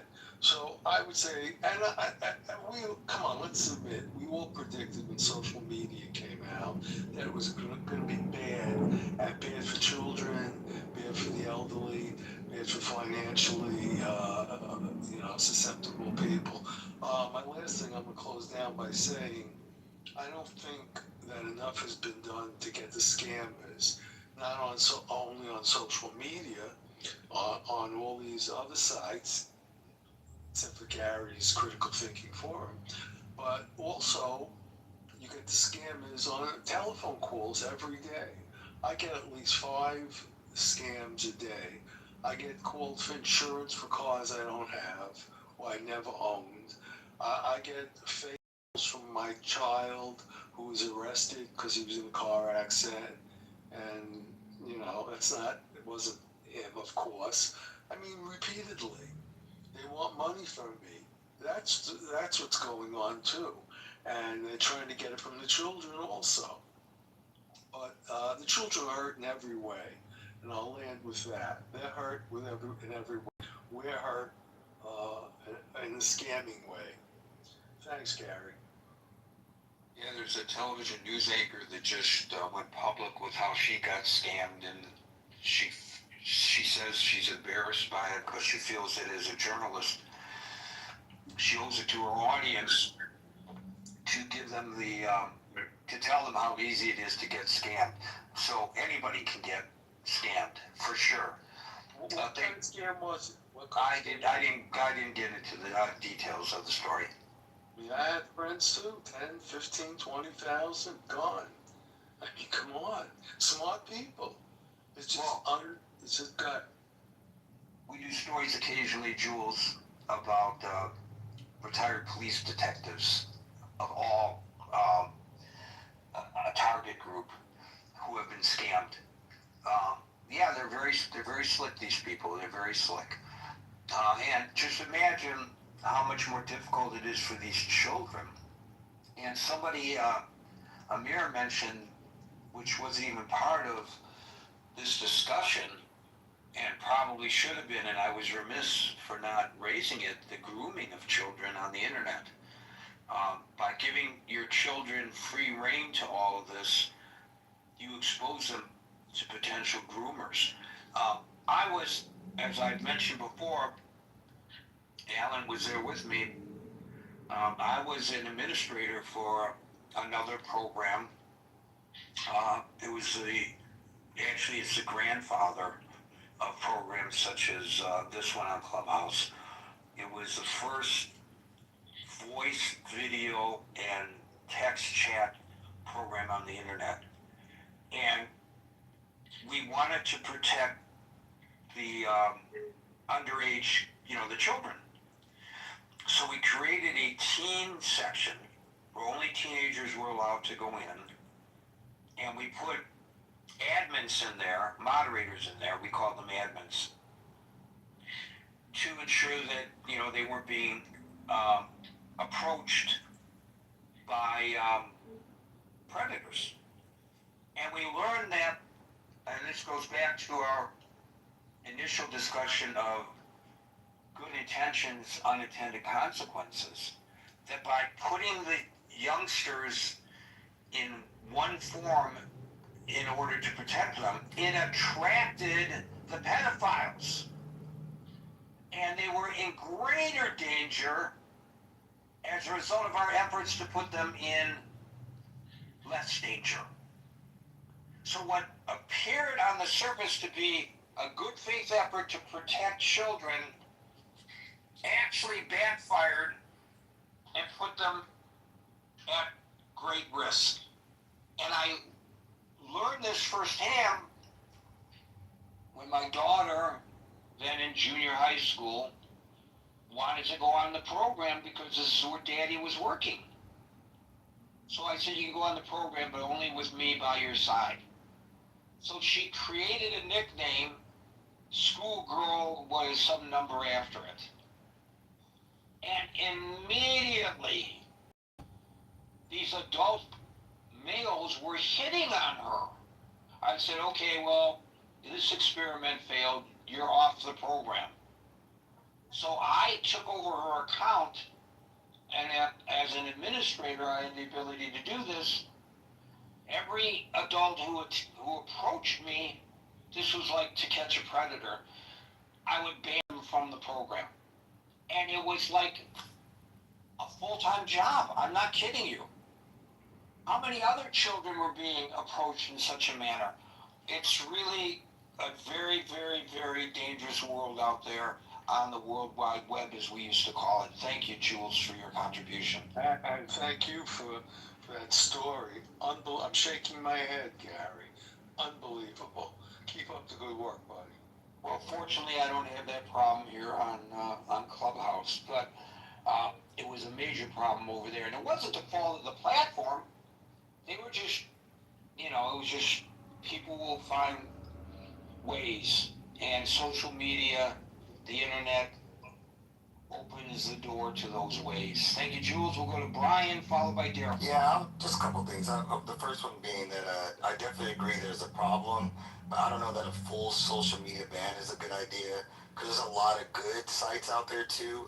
Goodreads is one of them to allow kids to get textbooks, access, and things like that to some areas that wouldn't normally easily get access to them. So I think that they need to go after the companies and hold the companies responsible to making sure that they're making their sites safe and protecting people. And then I also think that when they do catch people, they need to give out harsher punishments. I don't think the punishments have been harsh enough for the time.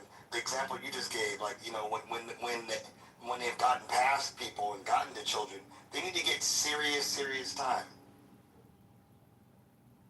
Yeah, and I am not certain what all the impediments to all this is. Part of the problem is this. So the victim is in Tulsa, Oklahoma, but the perpetrator is in, I'm not going to mention another country, but it could be another country, even complicating it, but the perpetrator is in Louisiana.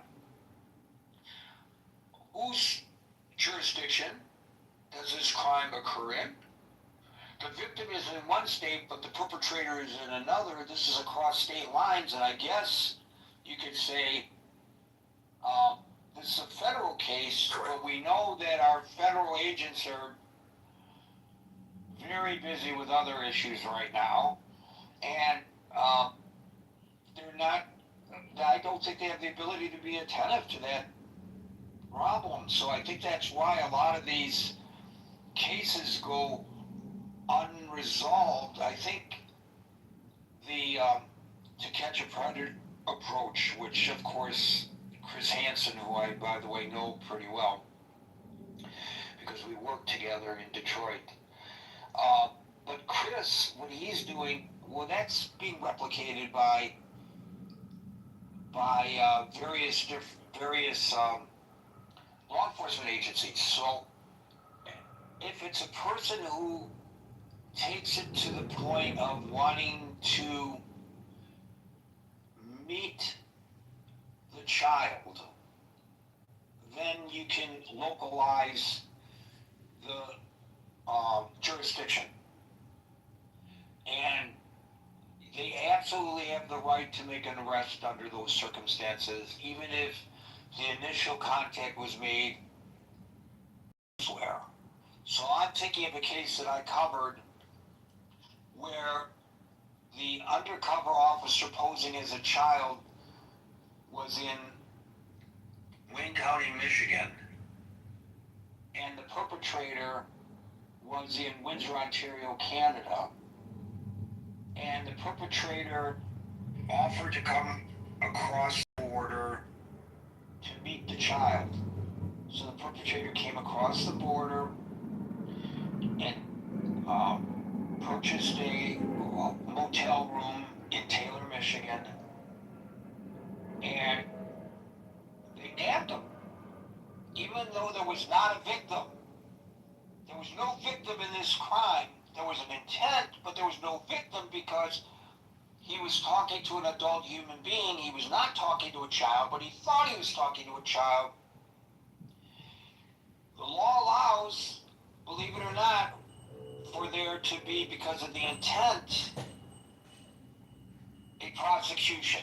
So they nabbed him actually in the parking lot of this motel.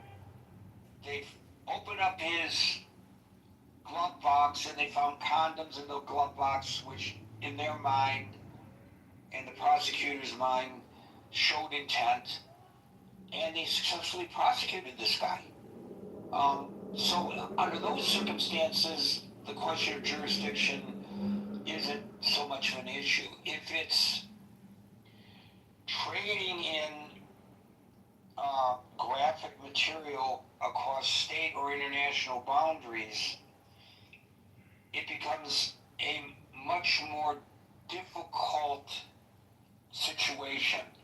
It's hard. I know from my experience as an administrator on that program, Brian, if we detected somebody in one state or one country participating in underage visual materials with somebody in another state or another country, it was difficult, depending on what country of origin this was occurring, to get cooperation with the authorities. In some cases, they were right on top of it, but in other cases, they were not. And I would talk to law enforcement in my capacity, and they would say, "Sir, we appreciate your concern and we don't disagree with you, but ... You know, your victim is in the United States. I'm here in whatever country he was in or she was in." And so they didn't see that they had jurisdiction. It's a very difficult situation. It's not as easy to resolve as one might think. Thank you, Brian. Gary, can I make one quick follow-up comment? So my daughter, she's about to be in college now, so I need to get rid of it. But I had the resources to pay for an app that monitored her phone, all of her social media. It would send up red flags if inappropriate photos were sent out. It would send red flags if she was viewing inappropriate stuff. And most of the time, I didn't need to use it, but it was worth the amount of money I paid for it. And the sad part is, everybody doesn't have those resources to pay the extra money. And if I'm correct, don't hold me to this number, but I think social media revenue last year was like over 260 billion. I feel like a percentage of that could go to what you're talking about. Take those resources and create something that can help monitor some of it. Maybe not all of it, but catch some of it. But that's all I was going to say. Brian, if you want to recommend that particular product, as you, I think, know, the link to the chat is above. Maybe, if you don't mind, you can post that for folks who might want to look into it. I'll find it on my phone now. That'd be great. Thank you, Brian. Daryl, followed by Chick. Hey, Gary. How much of this is like this one-size-fits-all solution, right? So it's, how much faith do we put in the government? And going back to something that both Scott and Marshall said, are we kind of declaring that parents can't parent, and therefore, like you mentioned, the nanny state? It's also this alarmism in a sense, right? So I remember when my niece turned 7 and she started playing video games, and at the time it was it was this outrage. Video games are causing violence. Sometimes when there would be these incidents in schools, they were actually trying to look into whether some of these young boys were playing games like Call of Duty or Battlefield or some of these things that ultimately, over a period of time, it's been shown that there's no real link between violence in video games and actual violence in society. Now they did say that some of these games might lead to quote unquote aggressive thoughts, but no actual correlation to taking violence off the screen. And isn't some of this, shouldn't parents, let me rephrase that, shouldn't parents know their kids in a sense? Shouldn't parents, if you have 2 kids, be able to, maybe by the time they reach 9 or 10, or, be able to say, hey, maybe he's okay with the video games, but he's not. He shouldn't be, meaning like maybe he would be okay with social media, but he wouldn't. Or she would be okay with social media, but he wouldn't.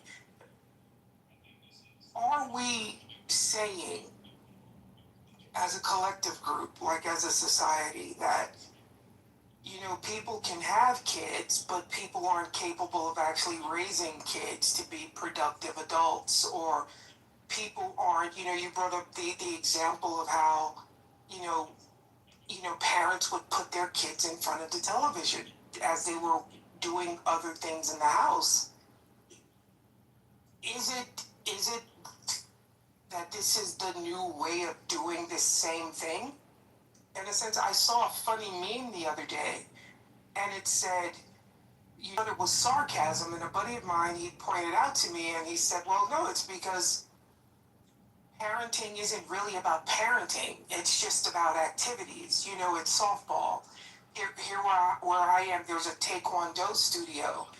And right after school, there's like 100 kids coming down the block, their Taekwondo uniforms on. And they're doing Taekwondo right after school till about 7 or 8 o'clock at night. So it's where do parents come in, and parenting comes into play, is what I would ask. Look at your comment about possibly some of this is alarmist. What say you to the statistics that I previously read off from the various credible organizations who have studied this, who do find causation? So I think we haven't had enough time to analyze enough data. Now, I'm not saying that it's untrue. I'm more saying, have we studied this enough to definitively say that it is absolutely true? And what is the solution? Is the solution to tell parents or ban these things? How many, like you ban this, right? How many parents are going to acquiesce and then do the login for the kid and then hand the device back to the kid anyway? It's I don't think these things create actual obstacles to what we're saying we're trying to prevent, because I do think there are a lot of parents who will move past that ban or move past this block and hand the device back to the kid. So I don't disagree with what the study is saying. I'm saying, have we actually studied it long enough to kind of definitively say that this is true or not true? I will point out that one of the studies that I quoted, they say it's a long-term study. Now, I don't know what long-term means and whether it satisfies your questions. I think, at least anecdotally, we can say there are suicides. A lot of them are by teenagers, are linked to cyberbullying.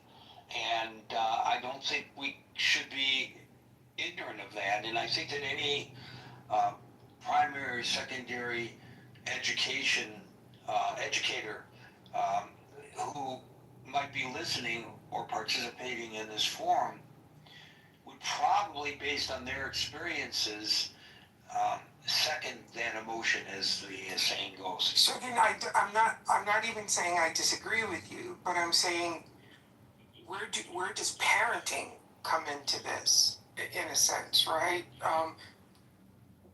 But Daryl, if you allow your child, and maybe, you're saying that when, Billy and Janie go to school, they should not be allowed to take their phones with them, or they're not allowed to have smartphones, they have to have flip phones,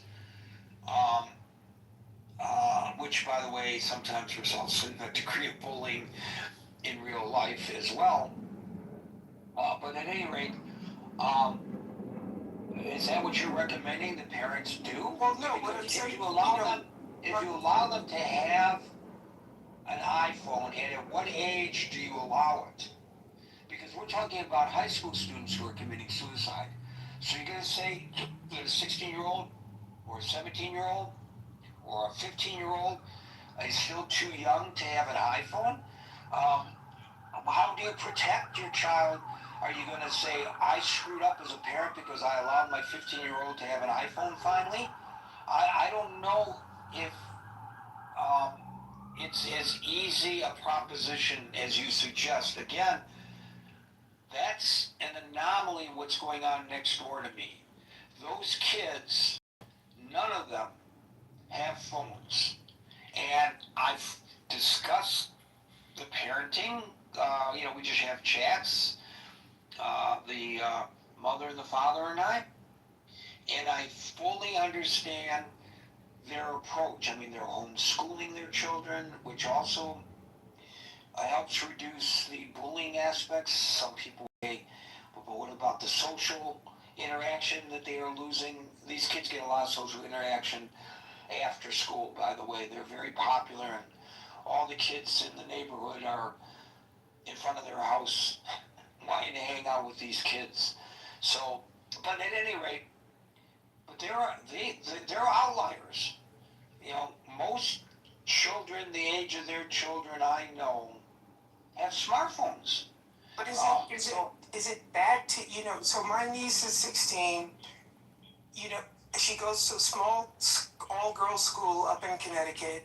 They check their phones in when they go into the school. They get their phones back at lunch.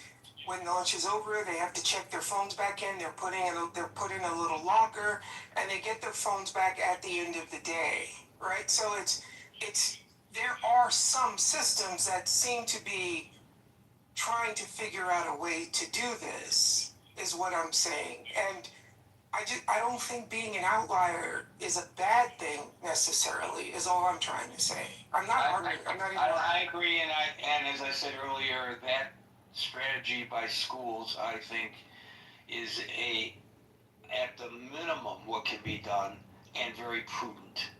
Thank you, Daryl.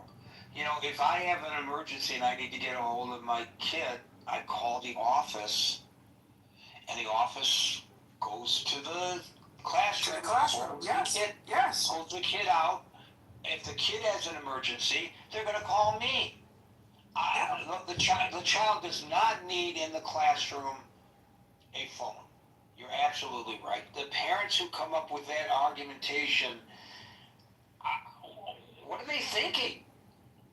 I don't understand that thought process.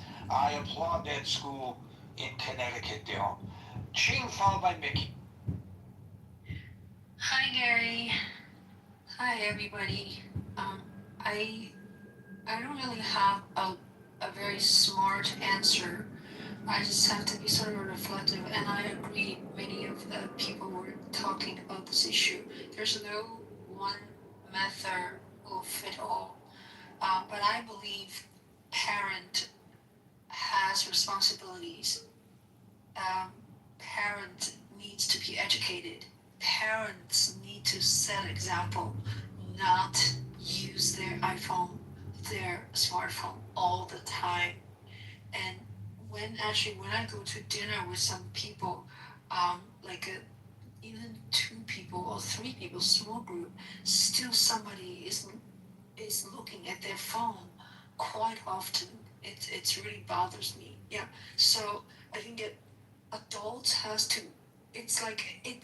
I'm so glad you talk about this subject because it's not talked enough. I don't think about that because my child is already big enough, and for when he was in college, he has to do a competition, and then he told me himself. He said, "Mom, I turned off my social media for entire 1 month. I didn't touch it." And guess what? He won. He won the first prize in Juilliard viola competition, you know. So that is something I didn't ask. I'm just thinking from younger time, if you have kids 5, you need to you need to control yourself. You as parents, you need to control yourself. So you need to set example.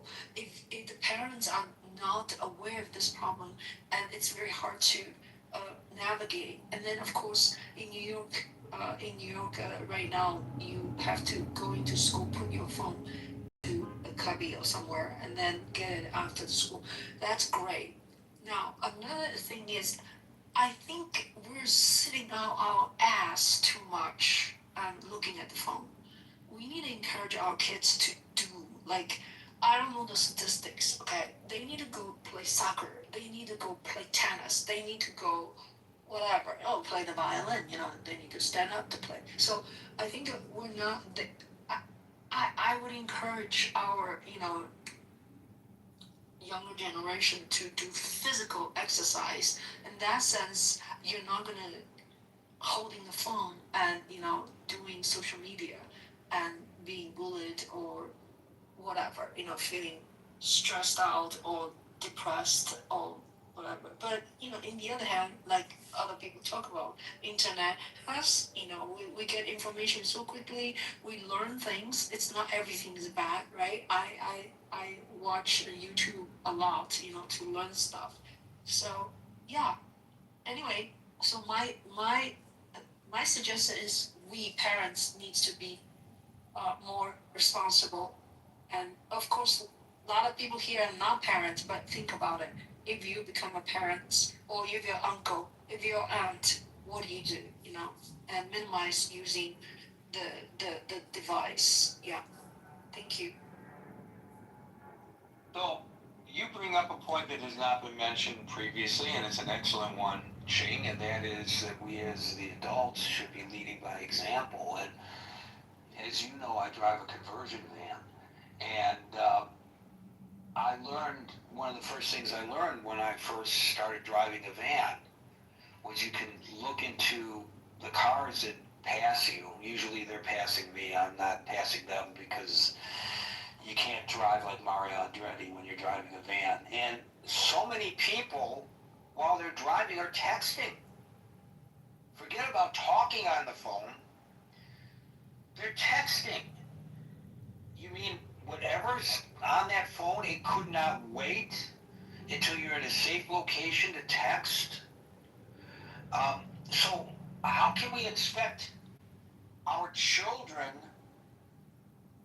to do better when they see moms and pops doing this? I've got some breaking news, and I don't offer it to change the topic only because I want to keep everybody informed of important developments no matter what we're discussing. Reuters just moved a story, thank you Larry for bringing it to my attention, that the U.S. military has launched strikes against Iran. You know that yesterday, or this past overnight, depending on what time zone you're in, the Iranians attacked a Qatari flagged ship carrying, I believe, liquid petroleum through the Strait of Hormuz, hugging the coast of Oman, and set it ablaze. Hit it on the port side. So here's the Reuters bulletin. The U.S. military has launched a series of against Iran, U.S. Central Command said Tuesday, adding that the strikes were in response to what it said were Iranian attacks on 3 commercial vessels that were transiting the Strait of Hormuz. Quote, U.S. Central Command forces have begun launching a series of powerful strikes against Iran to oppose heavy costs for targeting and attacking commercial shipping, a U.S. military statement said. Continuing the quote, Iran's demonstrated aggression was unwarranted, dangerous, and a clear violation of the ceasefire, it added. It was unclear what specifically the U.S. targeted, but Iranian media said 6 projectiles hit the area of, Alan will correct me if I'm mispronouncing this, Taroui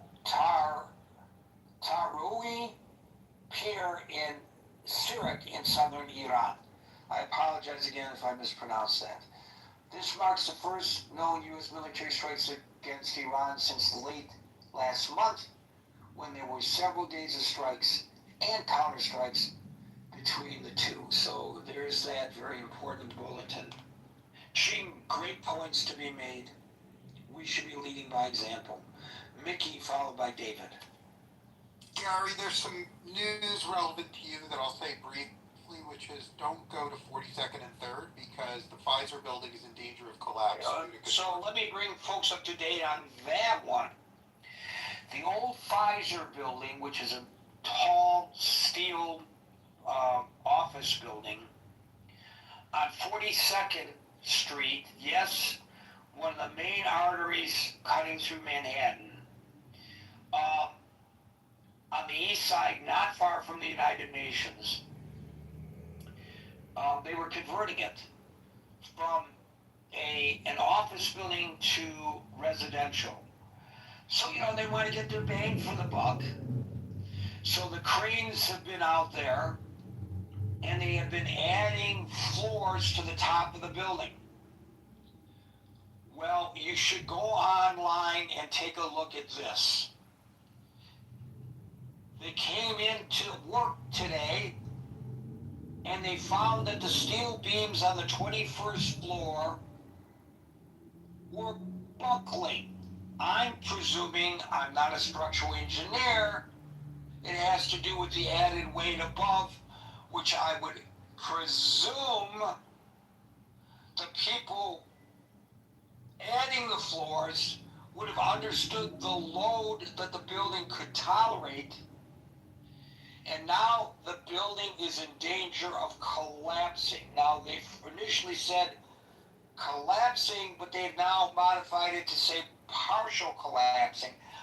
But while they were in there inspecting it, the building was literally moving. So not only did they evacuate the building, of course, but for a wide area on either side of the building, everything is evacuated. And of course, on ground level, a lot of those are retail establishments, but there are tall buildings, some of which are office buildings, but some of which are people's homes. There are apartments, and they've been forced out of their apartments, and it is a terrible, terrible F-up by somebody. And thank God they caught this. Can you imagine if it had collapsed inside with people going past on that busy thoroughfare? God forbid. Holy freaking camoli. I can't wait to hear who's responsible for all of this. And if I was the person ensuring that project, talk about suicide, I wouldn't need social media for me to clear that. Whoa, that's going to bankrupt the insurance company. There are going to be a gazillion claims as a result of this terrible, terrible screw up. Back to the topic, however. The people involved all deserve to go bankrupt, and I'll be succinct, as I always am, Gary. On Clubhouse, people always complain about how long construction projects cost these days and say the Hoover Dam was completed quickly and the Golden Gate Bridge was, and that's all true, but what every single person on Clubhouse forgets is all those past construction projects completed quickly killed 50 to 100 workers. So I'm happy we're living in today's time. And with different type of construction. When my son was going to Fordham, he was living off campus in a pre-war building. And I'm telling you, the walls are thick. I mean, you can pound your fist against the wall. Your neighbor's not going to hear a damn thing. These buildings were built, baby.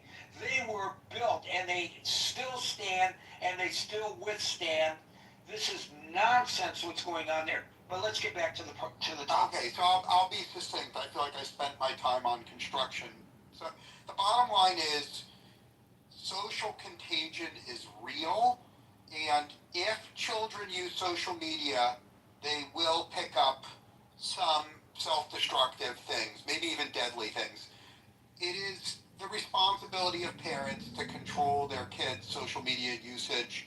Every parent should, and it's not the government's job. The government should play no role. Parents should play every role. I'm done speaking, Gary. Thank you for a great. Thank you for that, Mickey. David, followed by Andrew. All right, thank you. Well, several things I want to say.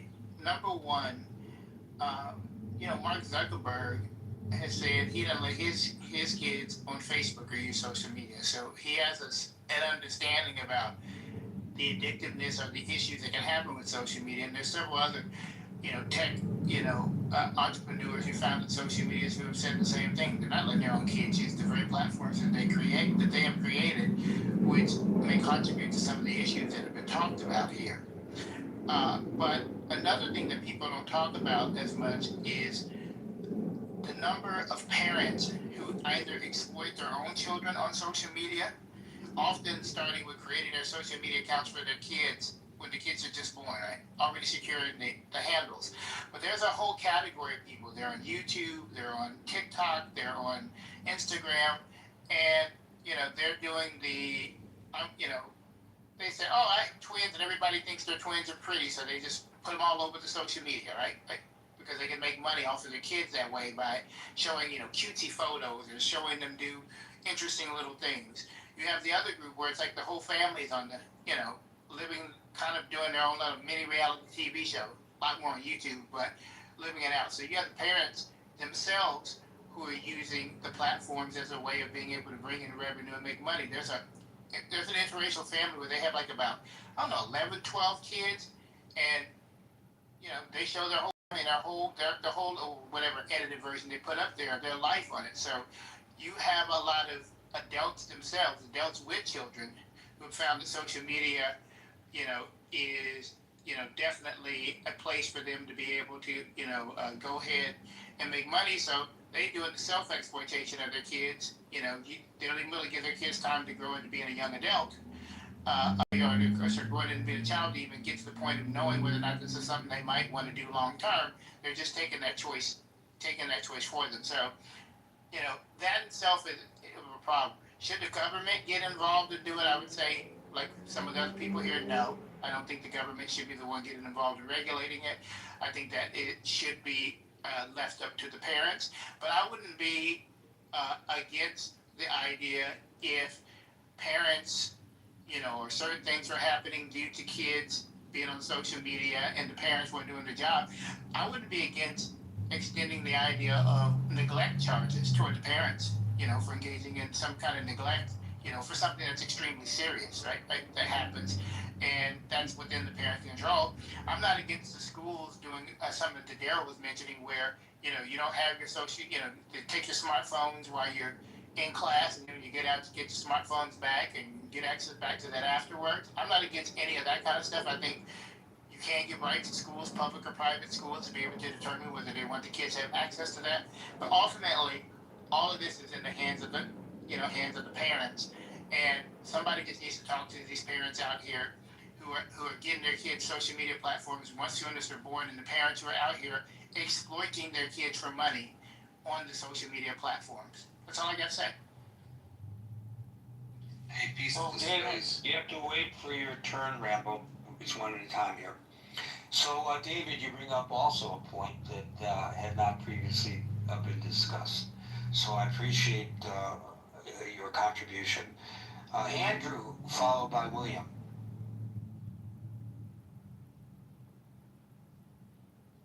Did you say my name? I couldn't hear you. If your name is Andrew, I did. If it's not, I didn't.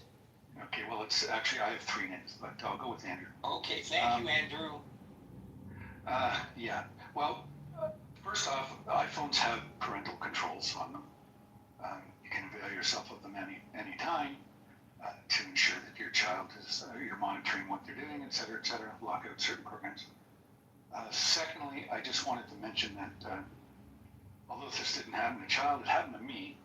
I got a phone call from a friend who said my image from my Facebook account was in an advertisement for Meta glasses, which I use because they're hooked up to my phone and they act as my a resource for my blindness.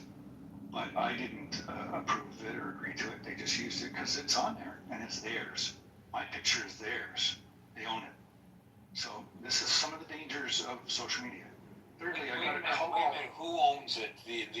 So you're saying the social media site. When I just want to get to the nuance of this.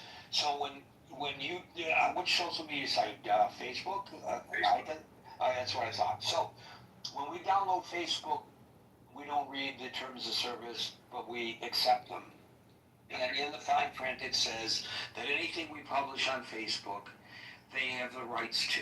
Yes. So then they see, or it may have come from the other direction, the company that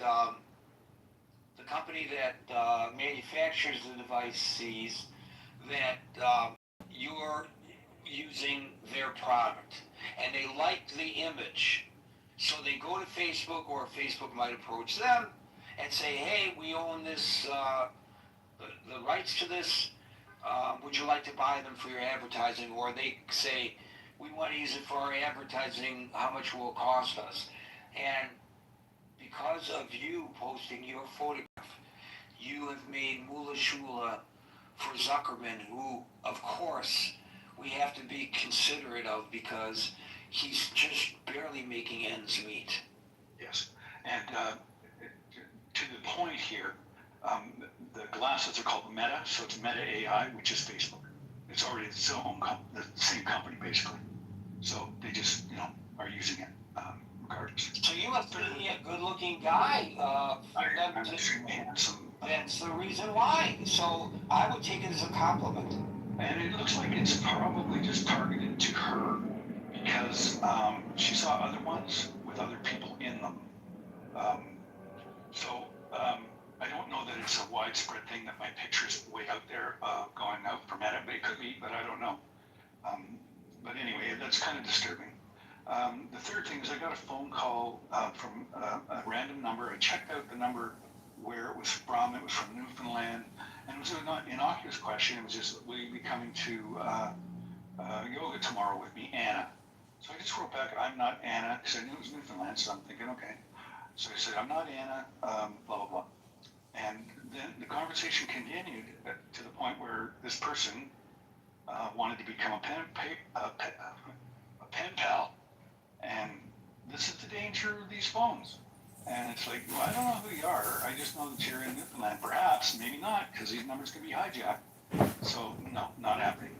So I just wanted to say those 3 things. The next thing I want to say is that in Canada, in Ontario, and federally, we've just passed legislation about what we're all talking about here today, with all of those safeguards, education, etc. in place. It's a ban on 16 and under in this province and federally.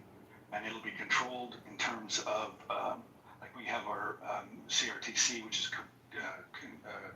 Communication Radio Television Commission, which controls the airwaves and Rogers and our internet providers, etc., homes. So this will be handled by the Child Safety, I believe it's commission of some sort. Can't remember the exact acronym. But this is already in place. It was passed in June this year. The regular enforcement will be between the province and at the federal level. Of course, they have more powers in terms of investigative powers through the RCMP or CSIS or whoever. So this is already happening, and of course we do have a cell phone ban during school hours, unless it's required for the curriculum. And the educational portion will start at grade 1 through grade 8, so that they're getting an early start. They're not getting it at home already, which I doubt to a large degree. I do not think that the parents, like you're talking about people driving around texting, that's fairly common, I think. And so I don't really trust parents to regulate their children, because like I said, you already have controls on your phone. If you really wanted to institute parental controls, you can, but how many people do? So anyway, that legislation's out there, and I think it's a good thing. Thank you. Thank you, Andrew. It's, a good reminder that there are parental controls on these devices. That's an excellent point that you raised. William, followed by Rambo. So I have children. One of them is millennial, another one is Gen Z. And one of the things I did for them was teach them not to disclose details about their identity.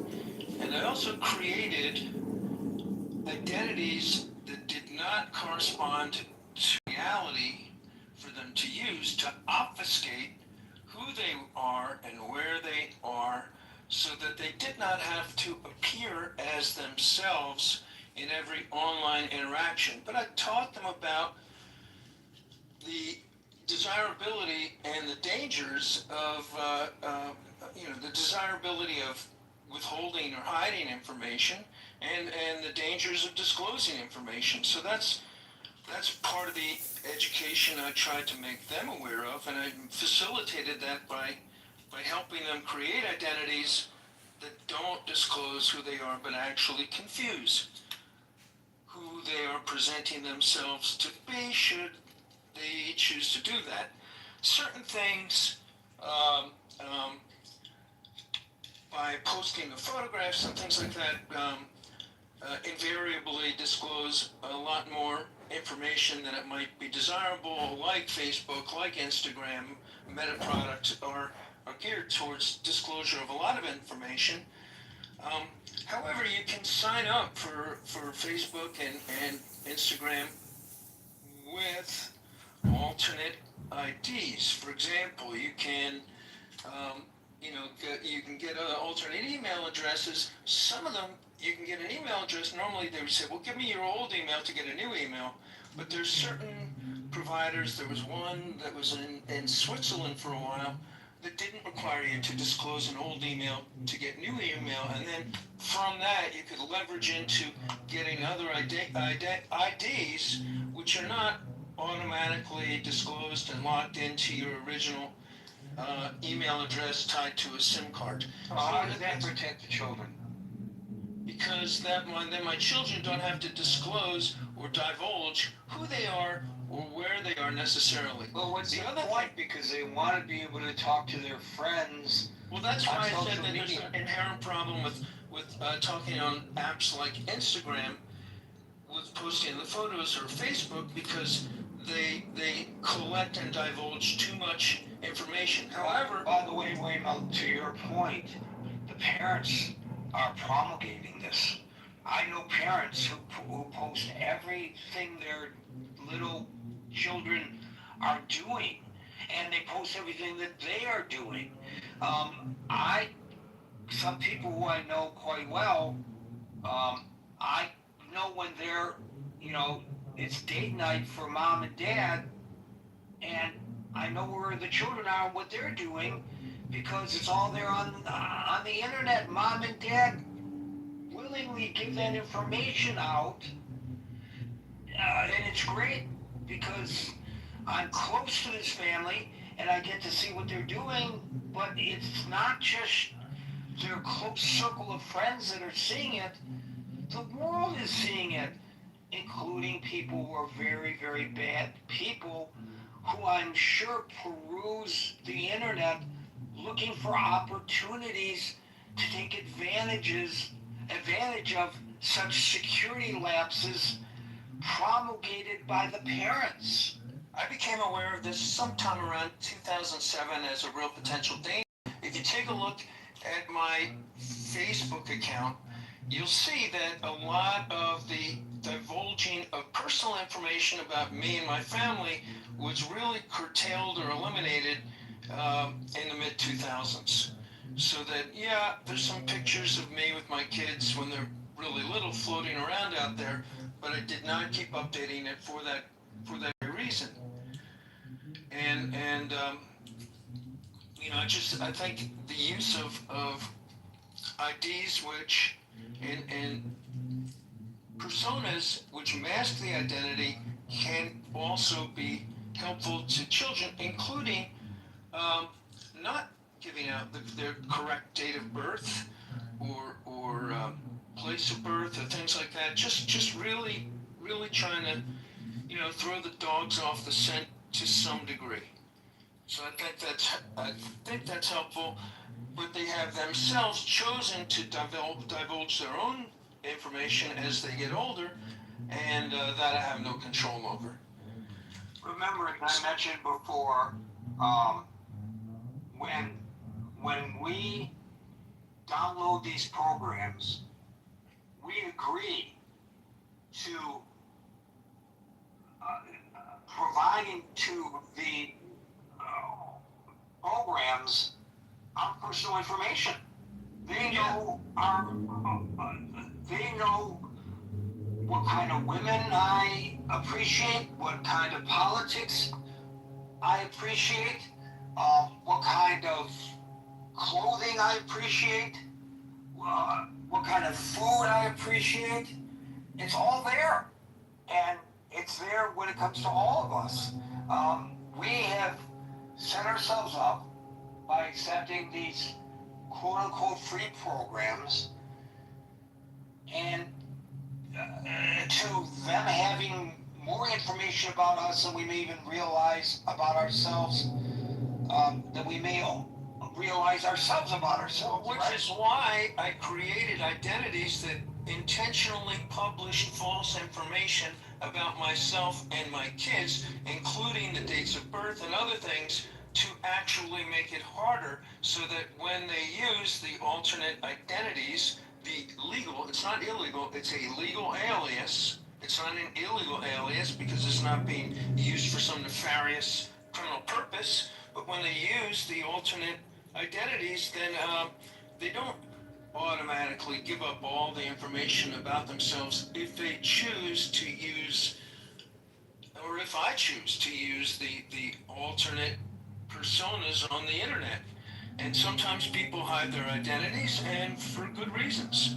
So, you know, there's a certain amount of control and privacy you can try to take to some degree, take back for yourself by actually giving out false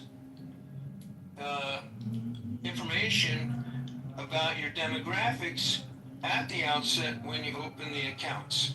And you know, for example, I can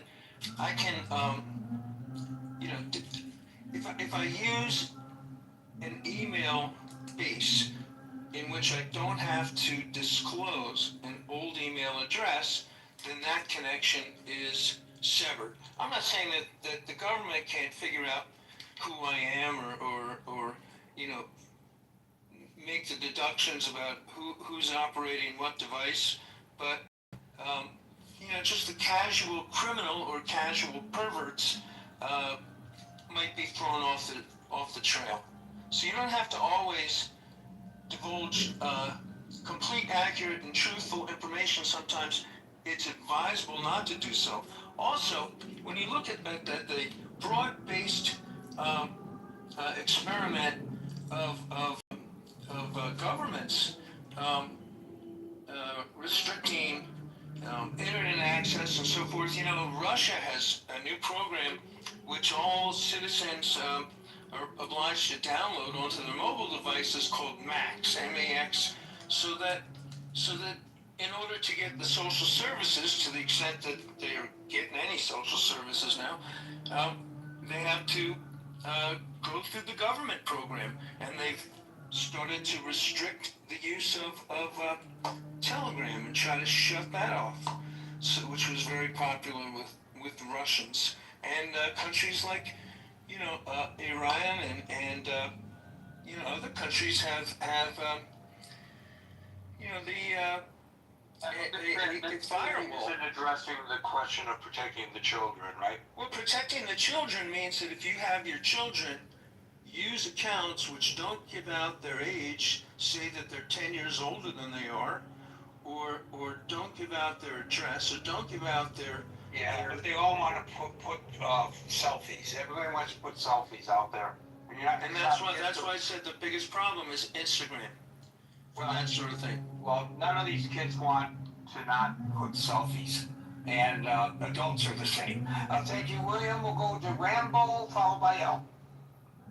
Hey, peace to the space. So, I'm very familiar with this topic. My thesis is based on, and whereas I contended, toxic content is having a negative impact on human behavior. And so in that scenario that was just laid out, I have 3 points I'm going to make. I think that we now are at a period where we simply have to onboard our children into social media. It's the same thing as teaching them how to ride a bike or tie their shoes, right? There has to be a process, there has to be a conversation had before they even go on to social media. And that conversation needs to be a straight, direct understanding the negative impacts of, how to manage your digital footprint, what this means. Like, they need to understand the consequences and the perils associated with social media, just straight up, right? And so, I work with young children, and one of the programs that we've had, maybe a year, 2 years ago, the assistant principal asked that we change our curriculum to mitigate the conflicts that youth are having via social media. And so that's what's happening on social media. It's like the Wild Wild West at this point. And so we did shift our curriculum up, and we are having conversations with younger students about social media. Today, I realized, and this is an interesting topic, which is my second point that I wanted to, I knew I saw it somewhere. So in today's Wall Street Journal, there's an article that I read. I just told them about it. It was pretty interesting. And it talks about how, I believe in Texas. In Texas, the Supreme Court has just made a ruling that parental, oh, here it is. It's on what page is it? 814 of today's journal. It says parental consent in the smartphone age. And then I'll just read the first paragraph. The dam seems to be breaking on legislative efforts to protect children on the internet. On Monday, yesterday, the Supreme Court declined to block a Texas law requiring app stores to verify users' age with the system of parental consent for those under 18. None of the justices expressed dissent. I repeat, none of the justices that ruled on this expressed dissent. So, and that's a good thing, because parents want to be able to protect their children. And I think as our moderator Gary has indicated, there's no such thing as free. There's no such thing as a free app. The currency for the app is allowing them to monitor your digital footprint. Maybe not your personal information, that kind of thing, but certainly they can monitor your activity, your engagement with photos, everything. They can monitor. And behavioral scientists can use that information to predict behaviors. They can geotag it. They can do just a lot of things with it. So there is no such thing as a free app. And so it becomes more important to us to manage our digital footprint, to mitigate the negative impact of toxic content and other concerns, inappropriate approaches to young underage children. So yeah, I just wanted to contribute to it, and that's why this time caught my attention. So thank you for allowing me to speak here. Thanks for that contribution, Rambo. Very informative. L, followed by Moose. Hi there. Yeah, this is a really important topic. I personally believe that it's really important to grossly limit our kids' access to social media for all the reasons we've been talking about.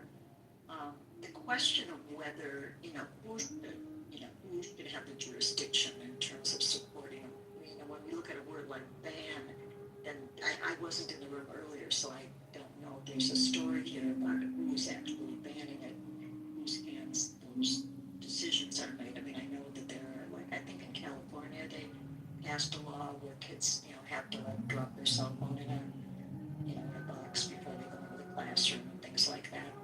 The question about, is this something that is the parents' jurisdiction? Is it something that's the schools? I can only say that I am 1,000,000% in favor of having 0 cell phones in school.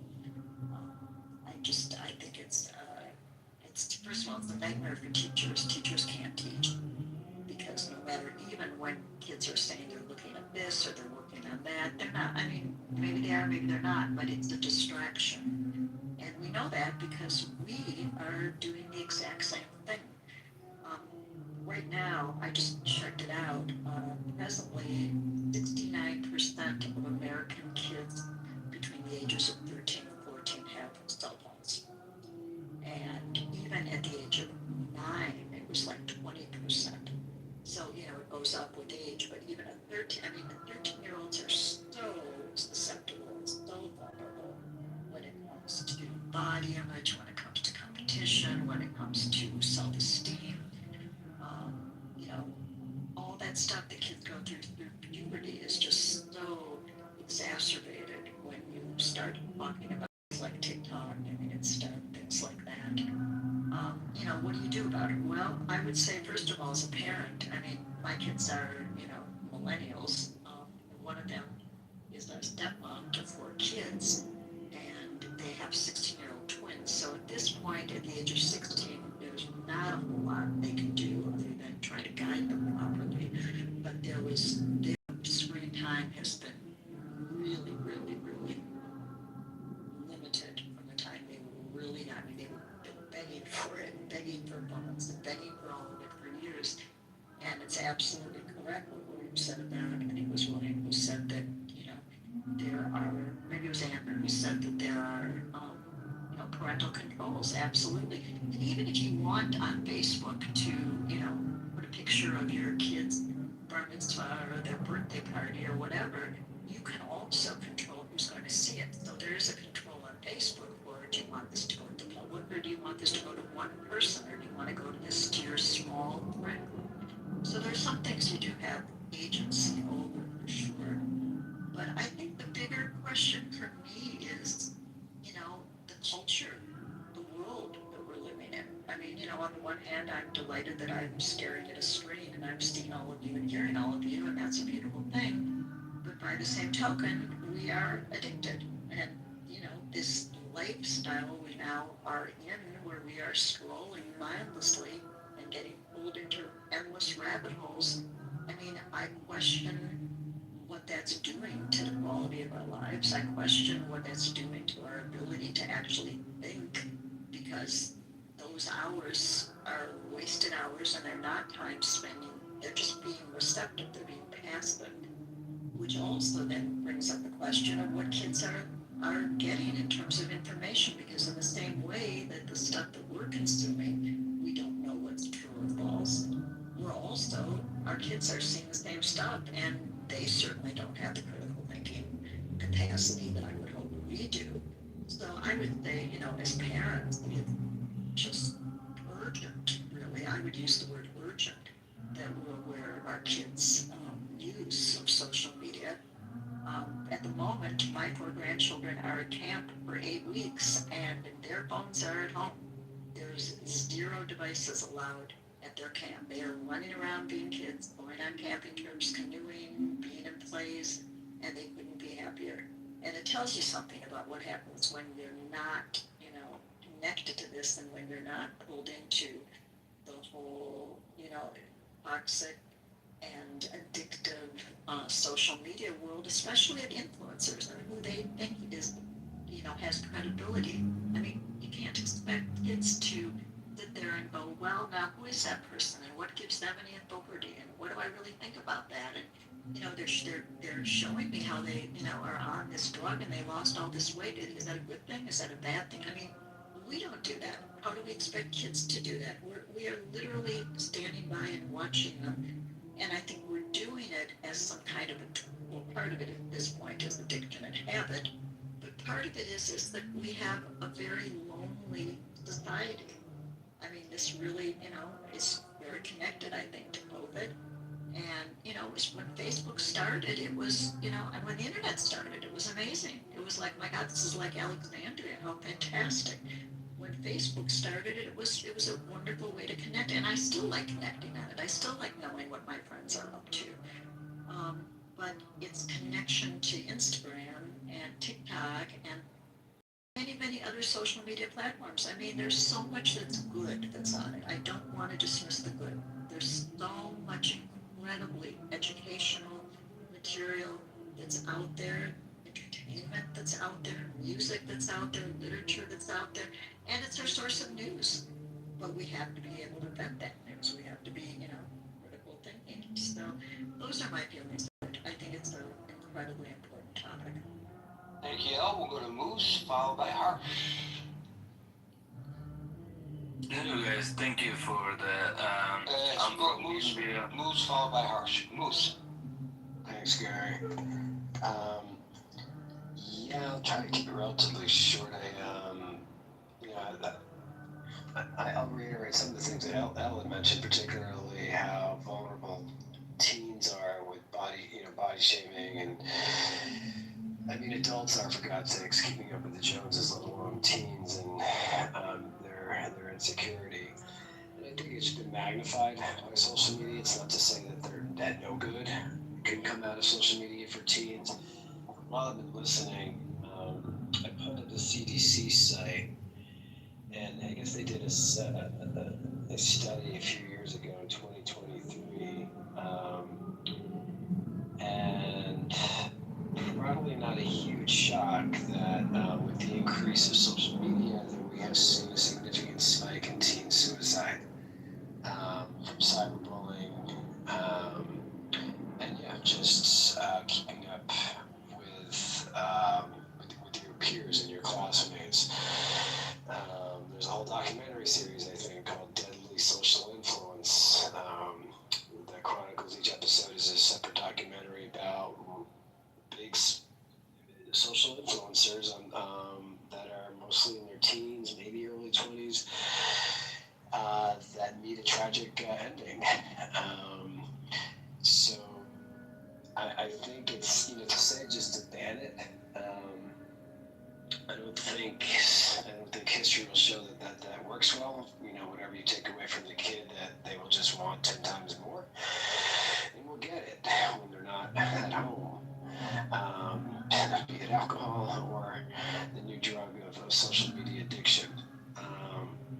So yeah, I think Rambo was up here saying that you just have to sort of shepherd, and I think a lot of responsibility is on the parent.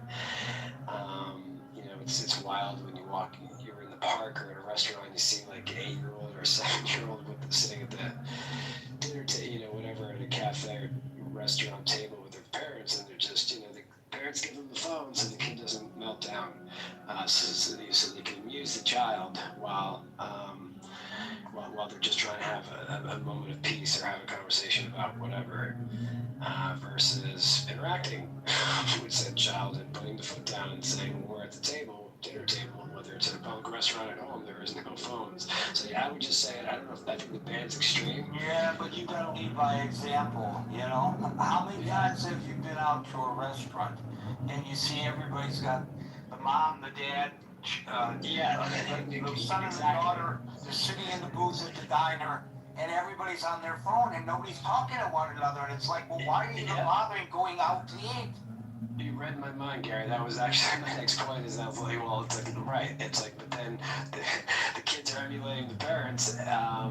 I'll take it further. I've been at restaurants where I've actually seen parents on the phones and the kids just staring at each other, playing with their napkins or something. And I'm sure some of it is work related, or did I get that interview? Maybe dad or mom's paying a quick bill online. But yeah, you're right. You're 100% right. It's completely hypocritical to say that adults are not. Forget about even walking, spending time with your family. How many of us are on call? Emergency surgeons. How many of us are on call? Right. How many of us are on call homicide detectives? How many of us are on call Homeland Security or FBI? How many of us are there? Yeah. Pretty small percentage, and I'll just say, I'll finish with this, and it's not just, it's when teenagers are seeing parents, and I'm not just talking about a full-grown adult in their 30s, 40s, or 50s crossing the street, oblivious that they're jaywalking against a red light, but they got their head buried in TikTok on their phone, but they're pushing a stroller with them. Like sometimes I just will actually say something. I'm like, can you do it? Can you cross the street with your baby without looking at the phone? And they just give me this, you can imagine this leer, this, or this. Or sometimes they get mad. Sometimes they actually put their phone right away, and they're like, yeah, they get it. They're being completely irresponsible. So It's just amazing the number of times. It's wild. This is how you're in New York City. You're in New York City. How many times people bumped into me? Yep. I mean, it's my responsibility to get out of your way. Get out of their way. That's right. Right. That's right. How dare you? How dare you have the audacity to expect a grown adult to look up from their phone and acknowledge another human being or car or bike or what have you is coming in their path? Let Moses clear the part the sea for this cellular use. Thanks. Thank you, Moose. We miss you. Harsh, followed by Yak. Thank you, Gary. I just want to say, before I begin, I'm from India, Persian and stuff, so, and thank you for being here. And I also want to say one thing, that you guys can interrupt me, Gary, Alan, and Scott, anyone can interrupt me before anything I say, so... I just want to say one thing. I'll say it in the comparing of India, because people out here using all those children use this app. You guys have a different view about those things. That if a children is watching on the social media, then they are mad. They will be having all those thinking and different thoughts out there. But I want to say that if a children is using social media and you allow that, and that's a different danger to a parent as well. Not in terms of if their child memory or anything is intellectual thing is being in a danger, but their parents their parents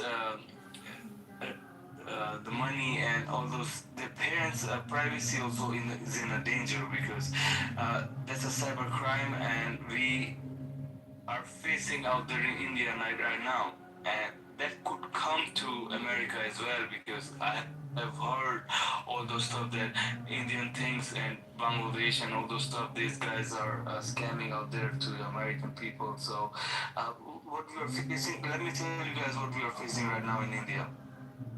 So, if anyone, just for an example, if there's an Apple, is a company called Apple, right? So they are legit. They have all those stuff. They're good locked up. About all the HTTP, DCP, DCC, that nobody can hack them. But where was their vendor? They're also locked up, man. Nobody can hack them. But what about their vendors? That's how the hacker get all those people. Same case to the children's as well. So if children's go to social media, post all those stuff, man. That's very, very, very easily they can get to the parents. You know, uh, I can give you a live example of how. Just take an example of MobiWik. I don't know how many people know about the MobiWik hack. MobiWik was an app for the payment stuff, and they didn't. The hackers didn't hack them because they were weak and they were soft about their all those security. Because they were hacked because of their vendors. Their vendors were they didn't have that much security as much as MobiWik. So same thing goes to the children's as well. Children go to the social media and they can post all the stuff, photos, videos. Eh, That's the small stuff. They can also just go to social media and talk to any people, sharing anything. I don't know, but if they do it and like just that's the I think that's a big stuff if they talk to anyone. But even if they share anything, and even if they're not, even if they're just scrolling out there, that's the big threat as well because people like hackers, like I see out there in India, Bangladesh, not in India. I respect India, but they don't do that one. Bangladesh and stuff. That's the easy target to the American or any country or anyone. If a children has a social media page, in Instagram page, that they share stuff and they do stuff, and let's bring AI in their stuff. You know, if AI is there, that's the um, easy thing to blackmail or do anything. They just First, I'm going to interrupt you only because we have 60 seconds left, and I want to give Ed 60 seconds, okay? So sure. Thank you so much. Hey, thanks. I just want to say Thank you. Ed, I'm sorry, but I will give you 60 seconds. Okay. I just want to say Okay. Well, I think it's a good thing to ban it, but unfortunately, that's probably just the first step to later on, ask adults for ID in order to use the internet and, all the biometric stuff and things like that. So uh, that's the downside. And if I have a magic wand, I will heal computers, the internet, social media, everything. No Clubhouse, no OnlyFans, whatever. Because humanity is going down the toilet, and for the sake of humanity, I think we will be better off without all this technology. We won't have the program, we won't have the Palantir, and all those freaks that are, threatening humanity. AI will be gone. So, yeah. Thank you, Gary. Oh my God, he wants to take OnlyFans away. Thank you, Ed. Folks, we're here Monday through Friday at 5 o'clock New York time, so till 5 o'clock New York time tomorrow for the next edition of the Critical Thinking Forum. Everybody be safe, be well, and peace out.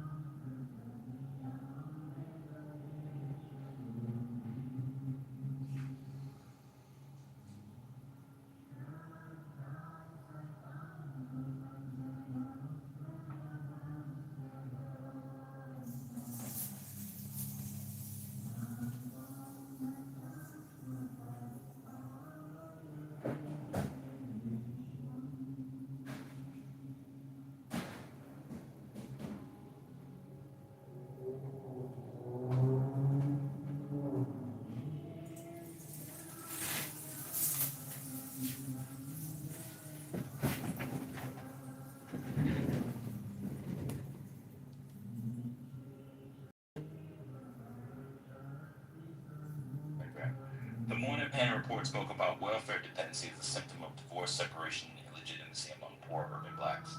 In the decades that followed, these programs became a major cause. I will die knowing I will never come across that in a black man. I'm so fucking confused. Isaac, you know, it takes a certain amount of intelligence to be able to recognize and steer clear of bad people. And, you know, and some people just don't have that ability, you know, or there, a lot of it, when it comes to issues of romance, they just, their desire to find a relationship overwhelms, and this is women especially fall victim to this. They meet a guy and they put on blinders, and it's just, he can do no harm. Once they get emotionally invested, they don't let go no matter what he does. So, you know, it may seem foreign to you, and I get it. Yeah. Wait, so Alan, you never told us who's your basketball team? Oh, so. Oh, it is? Okay, this is good. Yeah, and thank you, Sig, for letting me have a white man trying to cope moment. Yeah, that was good. Yeah, but Isaac, see, here's the thing. I got a beef with you. Okay, Sig put in his time with a black woman. He was married. So we let him graduate to white women. There's a lot of fine black women who are looking for a fine black man like you. You gotta do your and support your people against the oppressed white. The man that's keeping you people down. You gotta do your job. That's right. Okay. You gotta put in some work first, Isaac. Are you saying he needs to date a black woman before he can date a white woman? That's right. Yes, he's gotta earn his stripes, David. Yep. So unfortunately, Alan, that kind of fucked up in 2005. I will explain. Well, it's 2026. I know. But in 2005, I passed the test. That test took away my blackness. Oh, wow. That test was becoming a hacker, and after that, it was like, nah, you can't, your skin color's black. You are no longer black. That's what happened. I didn't know that. So, I can date hacker woman. That's who my people are. My people are no longer black. I'm sorry. It happened. Wow. Yeah, he just hit to the front of the line, man. That's some bullshit, Isaac. Well, some bullshit, bro. Said, fuck this, I'm going right to the front. Yeah, but Isaac, would you push Larry Bird to the floor? Acknowledge me. Yeah, my only advice, Isaac, is embrace the American whip and learn to love mayonnaise. I love mayonnaise. I love salmon toast with avocado. Don't say that. It's pronounced American whip. You can't say that. I'm trying to protect you here. I mean, they'll only accept so much, you know, what is it, going off the plantation? But I'm sorry. Next thing you know, you'll be putting raisins in the salad and actually diving into the pool as opposed to just putting your. I actually can't swim. I just have the worst composition. I'm basically bottom heavy, so I just have to put a lot of energy. You and me both. Keep it afloat. Is Isaac black? Yes. Then you can swim. Okay. That's two racisms tonight on the stage. Hey, check your white privilege in the hallway, David. Come on now. Well, you know what, Sig? Thank you for calling me white, even though I'm not technically white. I'm sick, I'm white, and I float. I float. Fellow black male. Floating black man. Yeah, what was the,